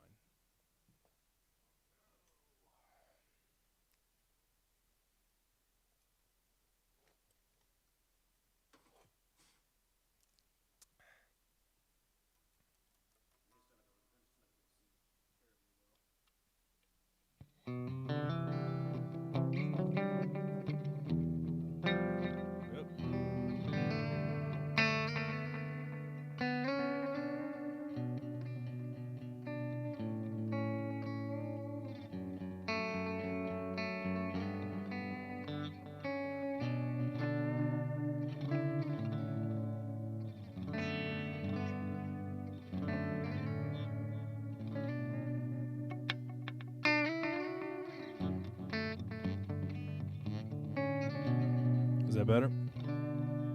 Looks good. Okay. So we're using Capone right now. This is the clean channel. You have the clean channel, which has the low, mid, high, and volume. Now, when it comes to the Capone and the Charlemagne, and well, Little Girl is actually a 10-watt amp, but the Abelard and the Legion, these are all 1-watt amps, yes, but you keep the volume all the way up, and it's a 12A T7 on the output. Keep the volume all the way up unless there's a compelling reason to bring it down, in which case bring it down. But otherwise, I've kind of set it to where the trim is all the way up, and then you only bring it down if you need to. Except for the Abelard. Abelard, that one's just a rock and roll amp, and it's all interactive. It's its own beast. Anyway, Capone, clean channel, which can get a little bit flabby, but then here is a separate independent channel, which is your EF86 channel, and this is all about crunch. So I'm going to start off with the clean channel, and then I'll kind of show you the range of it, and then go from there.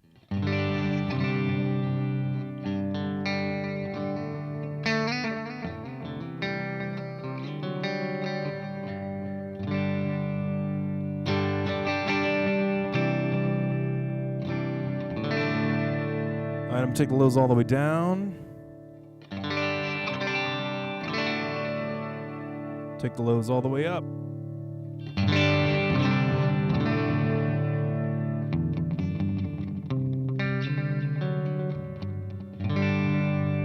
Lows back to the middle. We're going to bring the mids all the way down.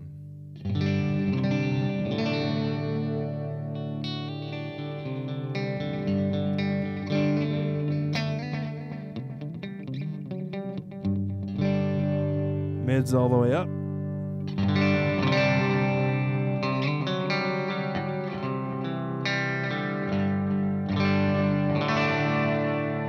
And mids back to the middle. Treble all the way down.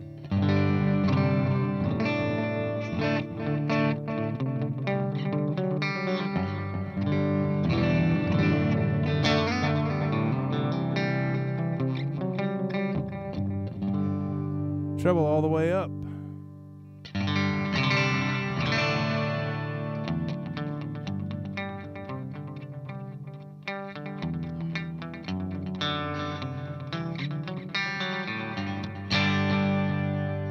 Down a little bit. Okay, so that's clean channel. That's halfway up almost. Now here's all the way up on the clean channel. And I'm clipping.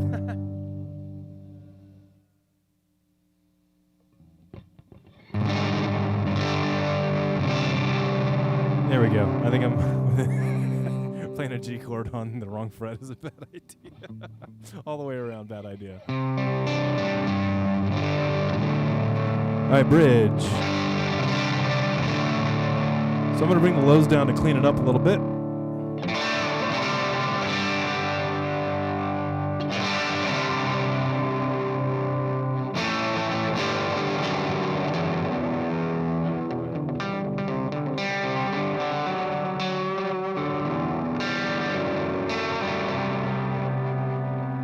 Okay, and now I'm going to go and turn the clean all the way down. I'm going to go to the crunch channel. The crunch channel has nothing to do with the EQ, so the crunch is independent of the EQ. It's just raw gain. So we're still on bridge, and I'm going to bring the crunch up a little bit, 25%. Lana, can you stomp on my box real quick?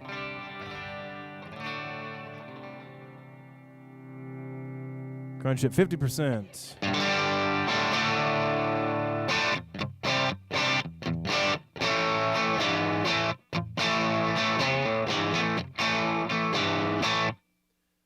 Crunch at 75%.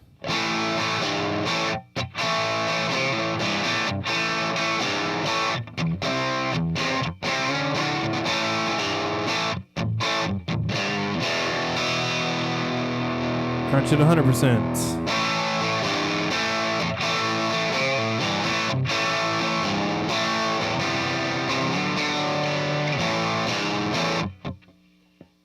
So it gets crazy. I'm in a zone of death here, it looks like. All right. Now what I'm going to do is I'm going to show you how I typically would use a Capone. Landon, give me some more delay. Sorry. So I'm going to bring the clean up to the point to where I think it sounds best for the tone I'm going for. And then once I get the clean up to the point to where I like it best, I'm going to bring the crunch up, and it's going to fill in the mids and fill in the whole, like, the body of the sound.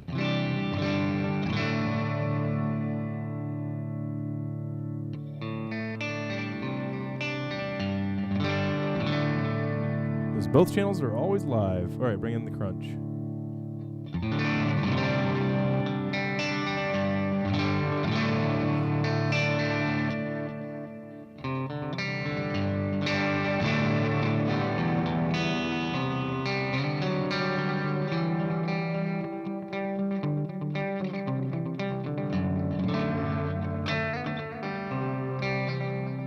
Okay, so I'm going to show you the difference between the crunch at about 35% and 0.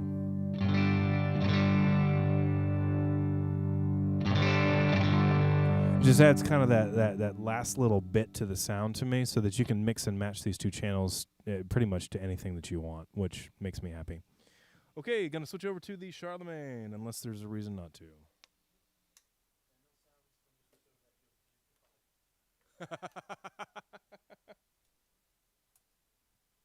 And I have my 6-channel amp switcher. This is what this thing does. It's an amp switcher that hooks up to the rack, and you can plug all 6 amps into it, and then you have 2 outputs. So this is one output, this is another output. I made this red because this goes to my speaker, so if I want to hear it in the room, use this one. If I want to hear it elsewhere, I use this one. So that's what the amp switcher does. It's kind of fun. Okay, here's the Charlemagne. This amp is bonkers, just straight up insane.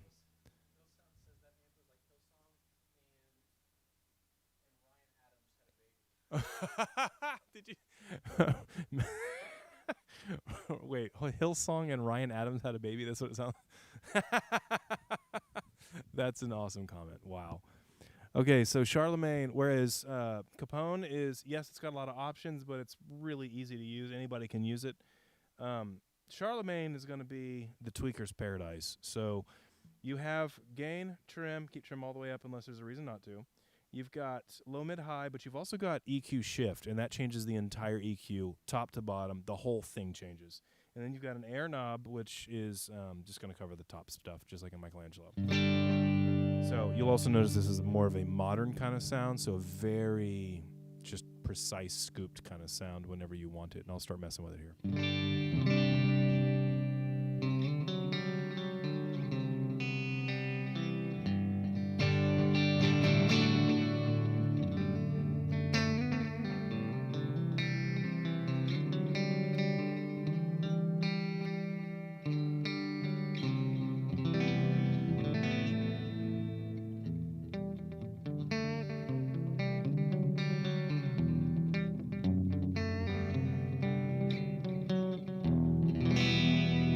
Okay, I'm going to pull the gain up a little bit.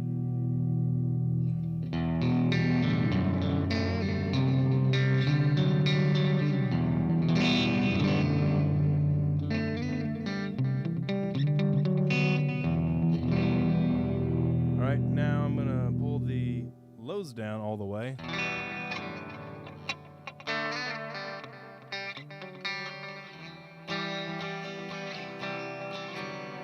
Lows all the way up. I'm going to pull the gain down a little bit to clean it up.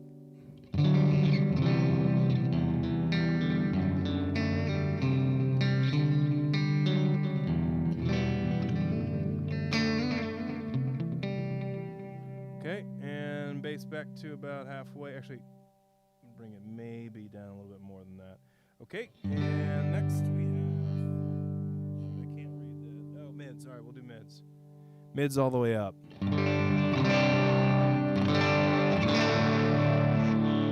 Mids all the way down.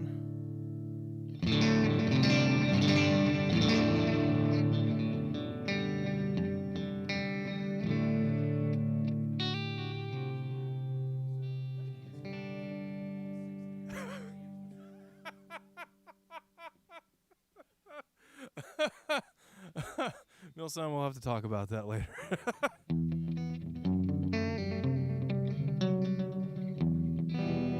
All right, so the mids back up to neutral. Highs, we're pulling the highs all the way up.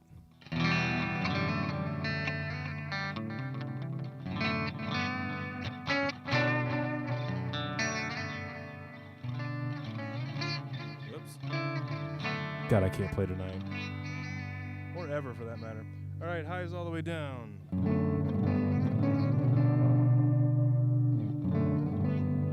Really dark.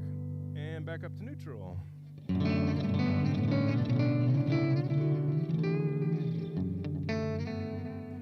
right, now I'm going to do the low cut. This is a different beast. What this is going to do is it's going to cut out the ability of the EQ to even use the lows in the first place. It's another way to tighten it up when you go high gain, and I'll show you that in a second, but let me just show you what it sounds like. Low cut up to 50%.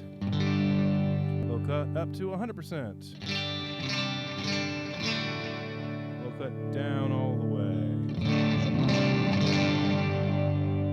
My low cut lives around here at 40%. Okay, and then we have mid shift, and this is where the amp goes absolutely crazy. So the more you turn it to the right, the less the EQ will do, and eventually when you have it all the way to the right, the EQ does literally nothing. So I'm going to show you how that works. The more you turn it to the left, the more it does, the more scooped it gets. So here we go. I'm going to go bridge. Hey, Landon, can you kill the delay? Say what? Hey, Chad, you got several. It's all good.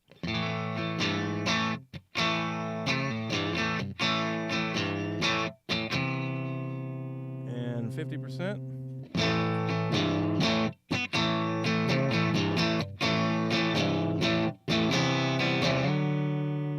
And now I'm going to go all the way here.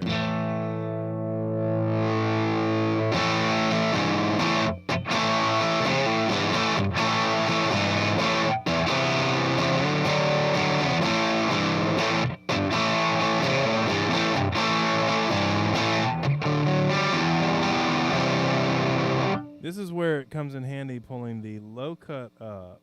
So I'm going to go full gain, like as much gain as I can get out of this thing. Dimed.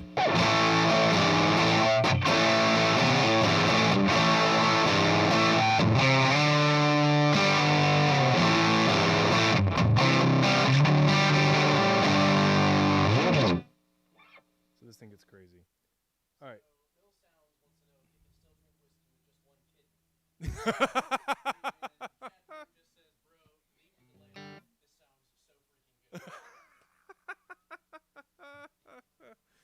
Oh my gosh! All right, so let me find some sort of an in-between sort of stage here with Charlemagne.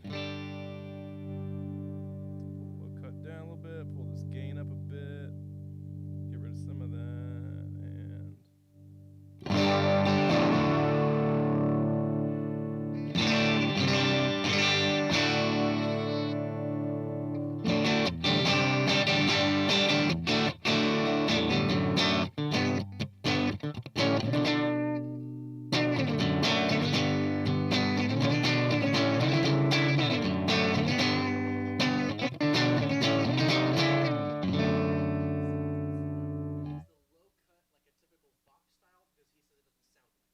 Not really.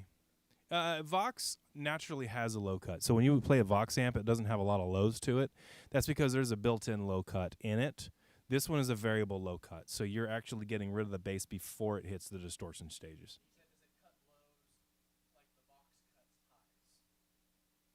Dude, Voxes are super chimey. I'm not sure that makes sense to me. No, I wouldn't say it cuts lows like the Vox cuts highs, because every Vox, or at least the AC30s that I've used, when you crank it up and get the distortion, they get really present. So I'm not entirely sure I understand the question.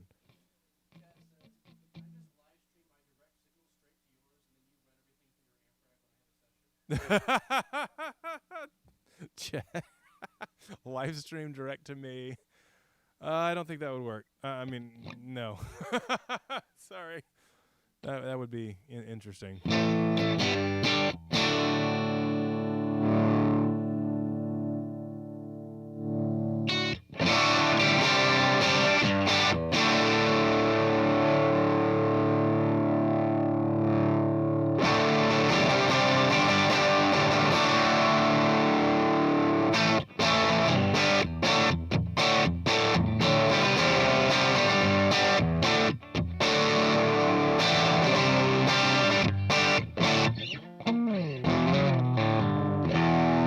Anyway, so fun amp. It does a lot of cool stuff. The cleans on this one just absolutely wreck my mind every time I use them, honestly. But the crunches too, like this amp doesn't get crunchy like any amp I've ever heard in my entire life. Like nothing else sounds like this to me. Okay, we're we're gonna skip the little gorilla. We're gonna skip the little gorilla right now because it's a 10-watt amp, and I have my EQ or preamp set for not 10 watts. I have it set for 1 watt. So I'm gonna go to Abelard so you can kind of hear what this sounds like. This is a rock and roll amp, and it's. We'll start with a telly, and then I can go to the Gibson maybe if somebody wants to know. I'm sure Chad will want me to. Oh, okay. Okay. Let's see. What is he saying here?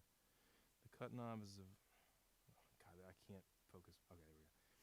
The cut knob on the Vox lets you drive the circuit with the highs, then rounds out the high signal so you're still getting the drive. Kind of. I've seen the circuit. I don't think it's doing quite that, at least not on the circuits I've seen. And maybe it depends on which Voxes I've seen.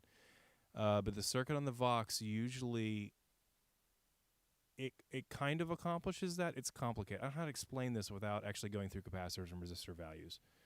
But I understand your question a lot more now. Suffice it to say, no, it doesn't do that. It just cuts the lows, which will clean up your low end, if that makes sense. Did that answer your question? If not, let me know, and in 17 seconds, I'll know. Oh, geez. Hendyamps reamping service. I'll let Landon take care of that. Oh, my God. Yeah. That would be kind of fun. All right, so here's the Abelard. This is mid-heavy, and it is a rock and roll amp, and it's just not a lot of lows in it because usually when you're trying to do this kind of rock and roll sound, that's not what you need. The EQ is after the first gain stage, but before all after gain stages. So you're doing less of EQing the sound and more of EQing the distortion, if that makes sense. This really doesn't have a clean channel. If you want a clean channel, this is not your channel. Okay, cool. And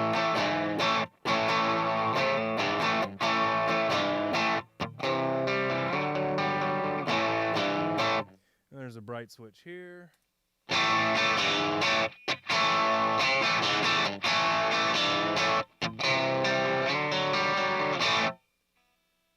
Okay, so let me raise the gain up a bit because this amp just wants gain.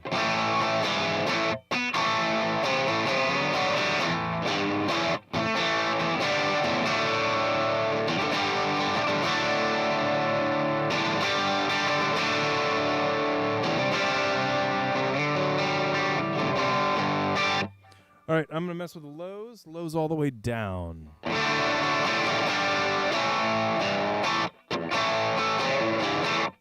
Lows all the way up. You see how it doesn't change too much on the EQ, it just changes the flabbiness of it.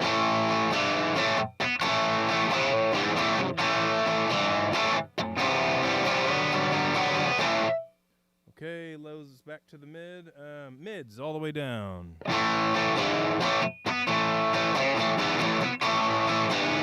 See how I cleaned up the sound a little bit? Not changing the mids too much. All right, mids all the way up.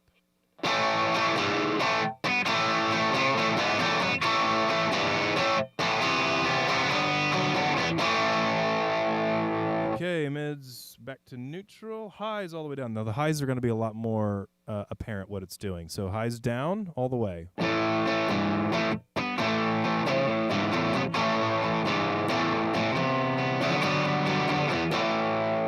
Highs all the way up.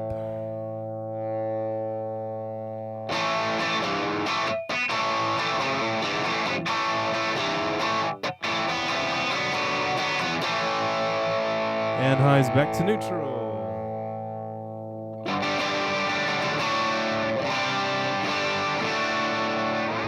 Oh, crap. I hit the mic stand. All right, now let's go to, this is going to be a bright switch.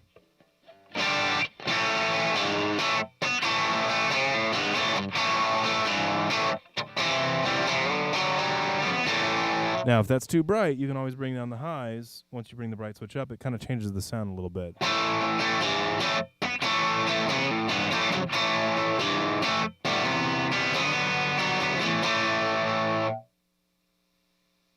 right, bright switch back off. Now we're going to crank this gain up. Gain is dimed. Trim is still at 5.5.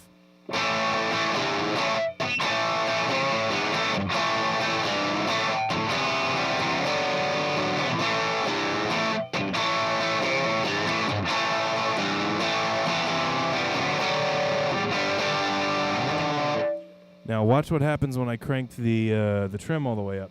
I am too close to these amps. I'm getting feedback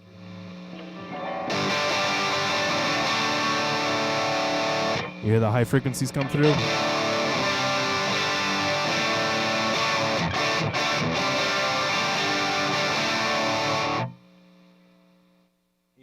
Even when I pull down the gain to 5, when I pull that trim up, it lets more high frequencies through that trim knob.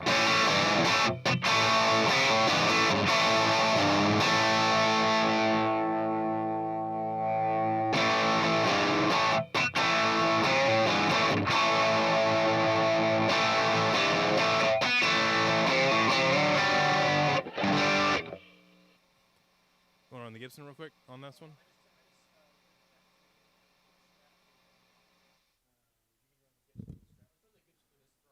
Okay, might as well.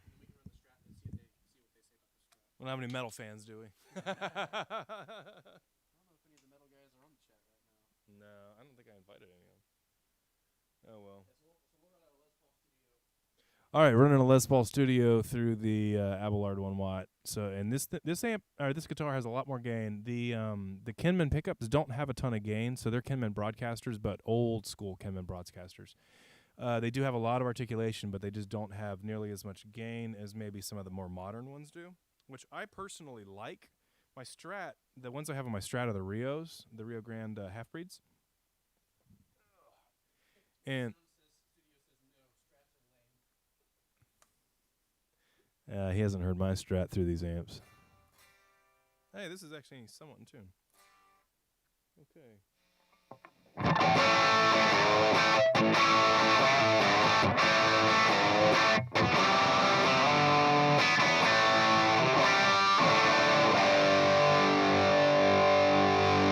All right, gain is dime.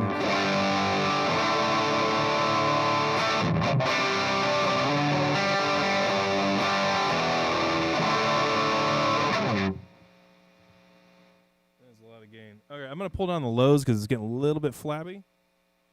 So I'm going to pull those down just a little bit.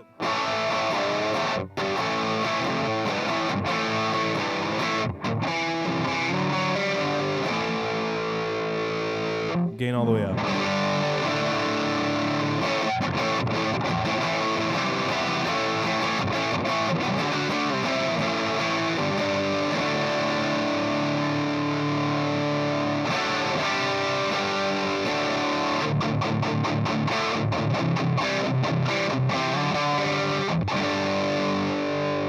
All right, let's go for the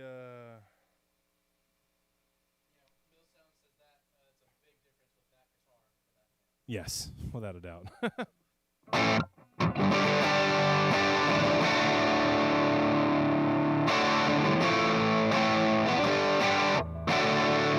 It's a little bit lower gain setting here.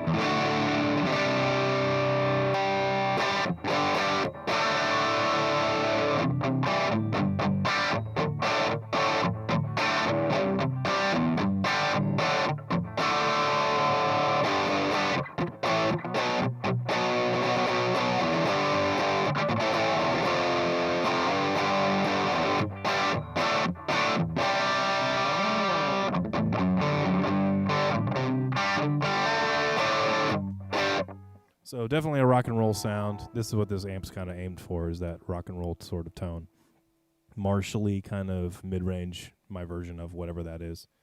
And a really quiet amp at that. So it's not like it keeps your neighbors awake, and it's not like you get yelled at by the guy who is running sound at your gig, if gigs ever start back up again. So it's that was the whole point of the 1 watt line, is I wanted to be able to have tone in my studio. It started off as, could I replicate what's happening in my big wattage amps? It doesn't really matter to me as much in the studio because I can make as much noise as I want. It does. Who cares? But once I made these, then Landon kept looking at me and saying, dude, these sound actually better than the original ones. And so we did some A/B testing because I didn't believe them. And sure enough, these just kept winning the shootouts. And so that's why we've pretty much converted everything over to this. And I still have my big watt amps, but we don't ever really use them, to be perfectly honest. So anyway, for kicks, here's Legion.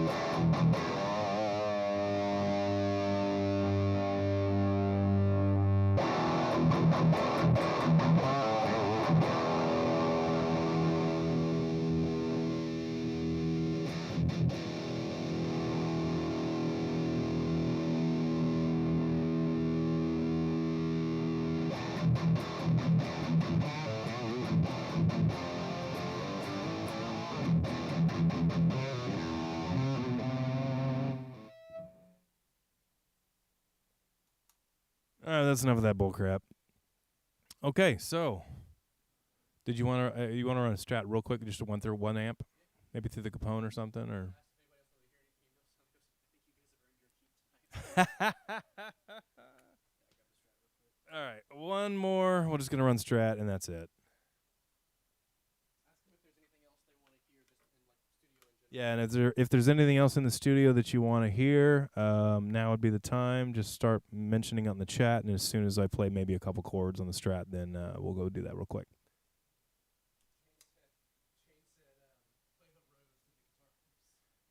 Actually, you know what I should do is play the. Oh man, that Rhodes. Yeah, I love that thing. I was gonna say the Moog through the MOSFET pre.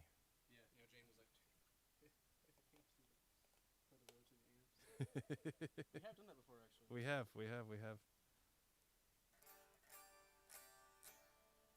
Okay, so I love Strat on 2 and 4, specifically 2, so that's what I'm going to do, just because I can. And, well, yeah, whatever. Okay, Capone it is.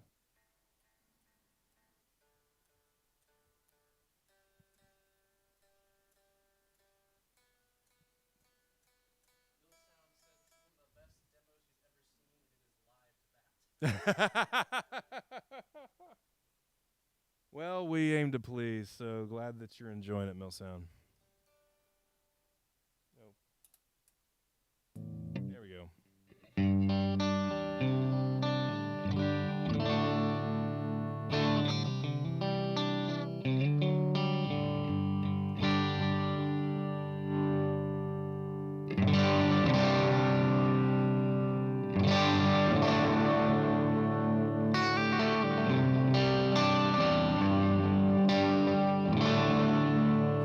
In case you're wondering, this is my zombie guitar.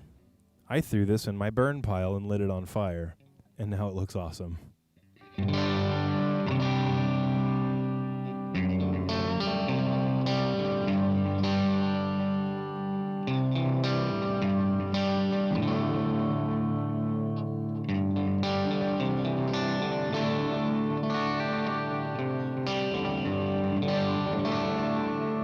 going to pull the crunch down and go clean.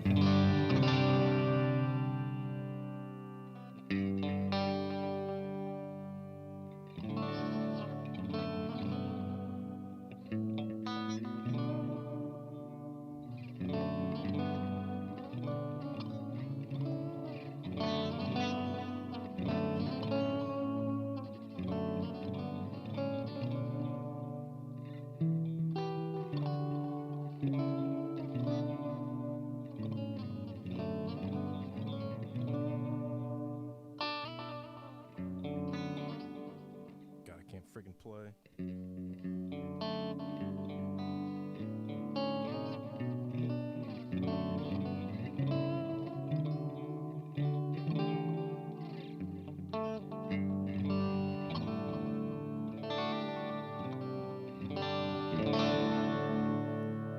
All right, so there's your Strat through Mr. Capone.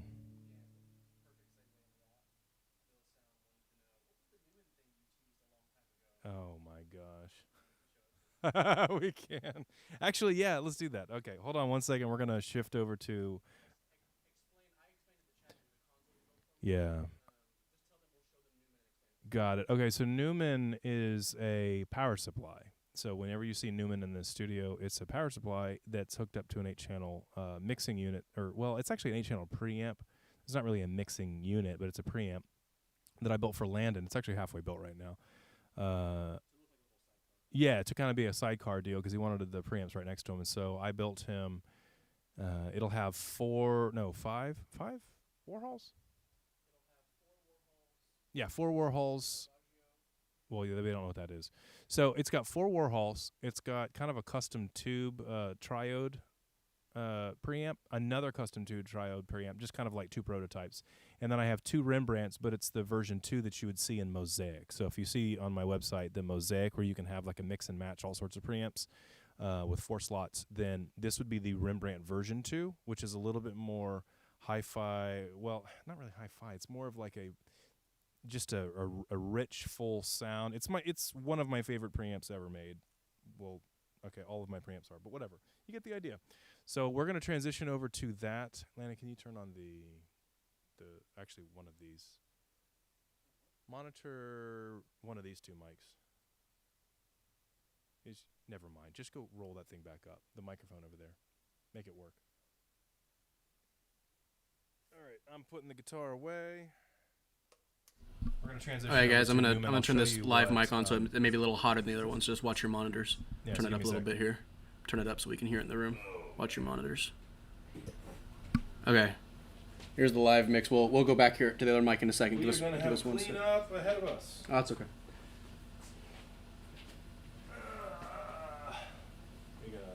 I'm gonna show them the power supply. Oh yeah, you gotta do that. All right, guys, I'm gonna turn this live mic on so it may be a little hotter than the other ones. Just watch your monitors. Turn it up so we can hear it in the room. Watch your monitors. That freaking whiskey, dang it. Here's the live mix. We'll go back here to the other mic in a second. Give us one second. Oh, that's okay. Okay, I'm gonna transition to a shot of the power supply for Newman. Okay, I'm back live again. It's a weird angle shot, but it'll give you an idea. So Newman. So this is the power supply for Newman. Henderson can explain better how he did it, but basically, he set it up so it's super. Right now. Okay, yeah. So he said, he can explain. I'm gonna turn this live mic off. He can explain it to you guys. Yeah. So basically, what I have is this is just a custom little thing for Landon in the studio. All this is a power supply, and it's got 2 4-prong speak-on cables, and they carry the 48 volts needed for the preamps, and it carries the heater voltage for the preamps, and it also carries the high voltage for the preamps as well, because the MOSFETs and the tubes all run off of the same high voltage signal. So yeah, I said MOSFETs running off of a 400 volts, and then they come over here. They come over here, and so this is his unit right here. We've finished this, and that one, right? Yeah, so this side is finished, and it was such a pain in the rear because this is not thick enough for what I was hoping to do that I told him I will not do one at a time. I will do all 4 of the rest at the same time, and I will never open this thing again unless there's a tube that goes dead. And then I may not do it because it sucks. So at some point I'd like to do a mixer, but it'll be a proper mixer at a proper size. So this is kind of prototyping a little bit of that. Now this one does not have the compressors in it because I designed this before I designed the compression into the units. So each one of these channels is actually gain, they're labeled right here. So gain, 48 volts, EQ. So EQ and gauge, this is your EQ knob, your pad, and your trim. Trim on these older ones all the way up, or bring them down to get some crunch. But all the way up is your standard. This is how you start it on all of these units. So this is Rembrandt. What I'm going to do is I'm going to show you Warhol, and then I'm going to show you Rembrandt so you can kind of hear a difference between the two. So I'm going to plug my... Let me just use this mic. Oh, God, what's happening? Yeah, that's fine. Yeah, but hold on. Let me actually get the right patch in first. So I'm on... Give us 1 second here. This will be Warhol. Wasn't planning on doing this.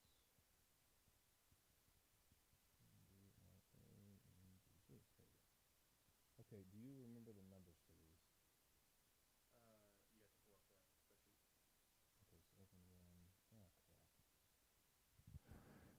Oh, man. So when you have a lot of channels, it is very helpful to have cheat sheets. And then once you have those cheat sheets, to be able to find them easily. Both of those things I have failed to do well. Hold on one sec.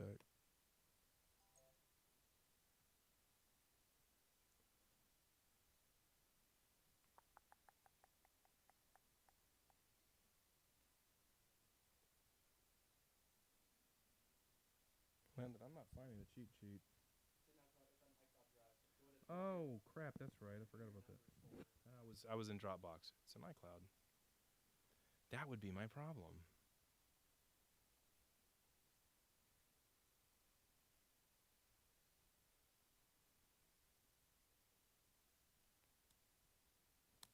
Dude, I'm not finding it. Can you send me a PDF or a JPEG picture? Just tell me, yeah. I can't find it.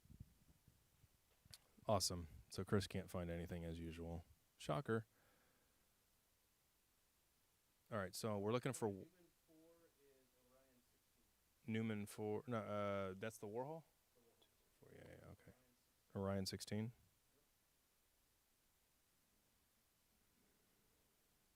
Okay, so that should work. Let's see. Open 1 is going to change to 16.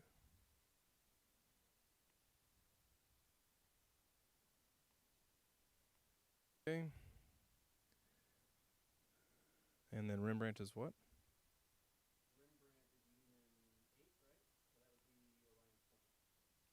Orion 20? Okay. You sure about these numbers? That doesn't sound, but okay. I'll take your word for it. Oh, there's the Rosetta. Crap. Here you go.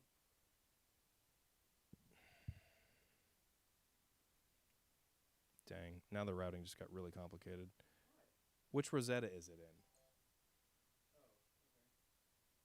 Sorry, we use the Apogee Rosetta and 8 added in for tracking. Rosetta 4 and Rosetta 8?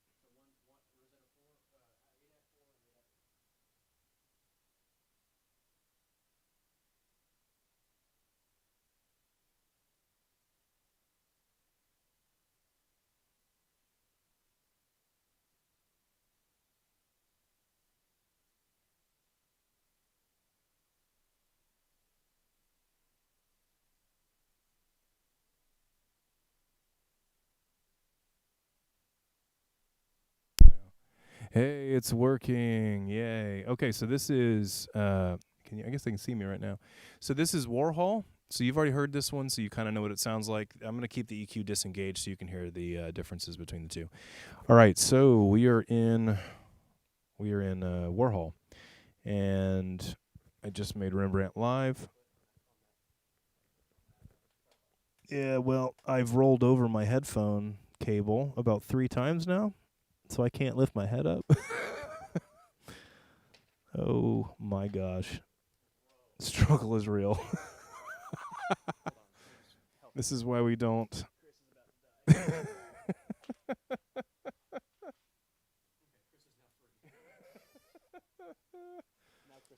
Okay, Chris is good. Holy smokes, that sucked. All right, now I'm going to go into the tube. So Rembrandt, and that is the last channel, right? Check, check, 1, 2. Hey, it's working. Okay, there is my tube channel. That's Rembrandt. Oh, God, I just rolled over my headphone cable again. Okay, check, check, 1, 2. Test 1, 2. Check 1, 2. This is the Rembrandt channel. Check, check, check, 1, 2. Test 1, 2. Check 1, 2. I'm using a Beta 87 right now. All right, and now I'm going to go back into the Warhol. Check, check, check, check, check. Warhol, check, check, check, 1, 2, test 1, 2. Warhol is more present than the Rembrandt, and then I'm going to show you the difference in EQ. So here's the Warhol EQ. Check, check, check, 1, 2. EQ engaged. Check, check, 1, 2. EQ engaged. Go ahead and engage that real quick. All right, check, check, 1, 2. Test 1, 2. Check 1, 2. There's EQ all the way up. Check, check, check, 1, 2. Check, check, check, 1, 2. Check, check, 1, 2. Test 1, 2. Check, check, 1, 2. All right. And Rembrandt. All right, Rembrandt. Check, check, 1, 2. Check, 1, 2. Obviously, MOSFET has more gain than Rembrandt. That's just the function of the circuit. Check, check, 1, 2. Engage EQ. Check, check, 1, 2. Test 1, 2. Check, check, 1, 2. Check 1, 2. Test 1, 2. Check 1, 2. All right, so there it is. There's Rembrandt. EQ engage. Check 1, 2. And I'm going to go back to MOSFET. Check 1, 2. Test 1, 2. Check 1, 2. And yeah, so that's the big difference between the two of those. Was there anything else anyone was wanting before we finish up here? Drop it in the chat if you want to. I used to have the old Rembrandt version, and then I developed the new Rembrandt version, so it's V1 and V2. So DaVinci on my website is Rembrandt original. And the Mosaic, which has the mix and match preamps, has Rembrandt 2, the new version. You also have Warhol, which is the only solid-state version I've ever made, which I freaking love. And then I used to have one called Monet and another one called Caravaggio. But when I made Rembrandt and I had the MOSFET, Warhol, then those two, they pretty much dominated the Monet and Caravaggio original circuits. And so since that time, I've been kind of working on revamping them. That's part of what is in these two channels, is the revamping versions. And so I've been playing with those. And as soon as I get those down to a point to where I think, all right, we're good to go, let's release these, then the Mosaic will have those available too. So that you're not just choosing between Rembrandt and Warhol, which, by the way, are my two favorite preamps in the history of ever. But you also will have the availability for a triode-based EQ like the Monet or the Caravaggio. Caravaggio is like a really dark, kind of old-school sound. Monet is a really hi-fi sound. So that'll happen in the future. My guess is it'll probably be at least a year from now, just because there's so much other crap I got to do. But that's kind of where we're at. Absolutely. Thank y'all for being here. Appreciate it. We'll do it again sometime. It's been fun for me. Thanks, Landon, for all the help. Thanks, guys, for logging in. I hope this is helpful for you. If you have any questions, drop me an email or whatever. And that's that. Thank you.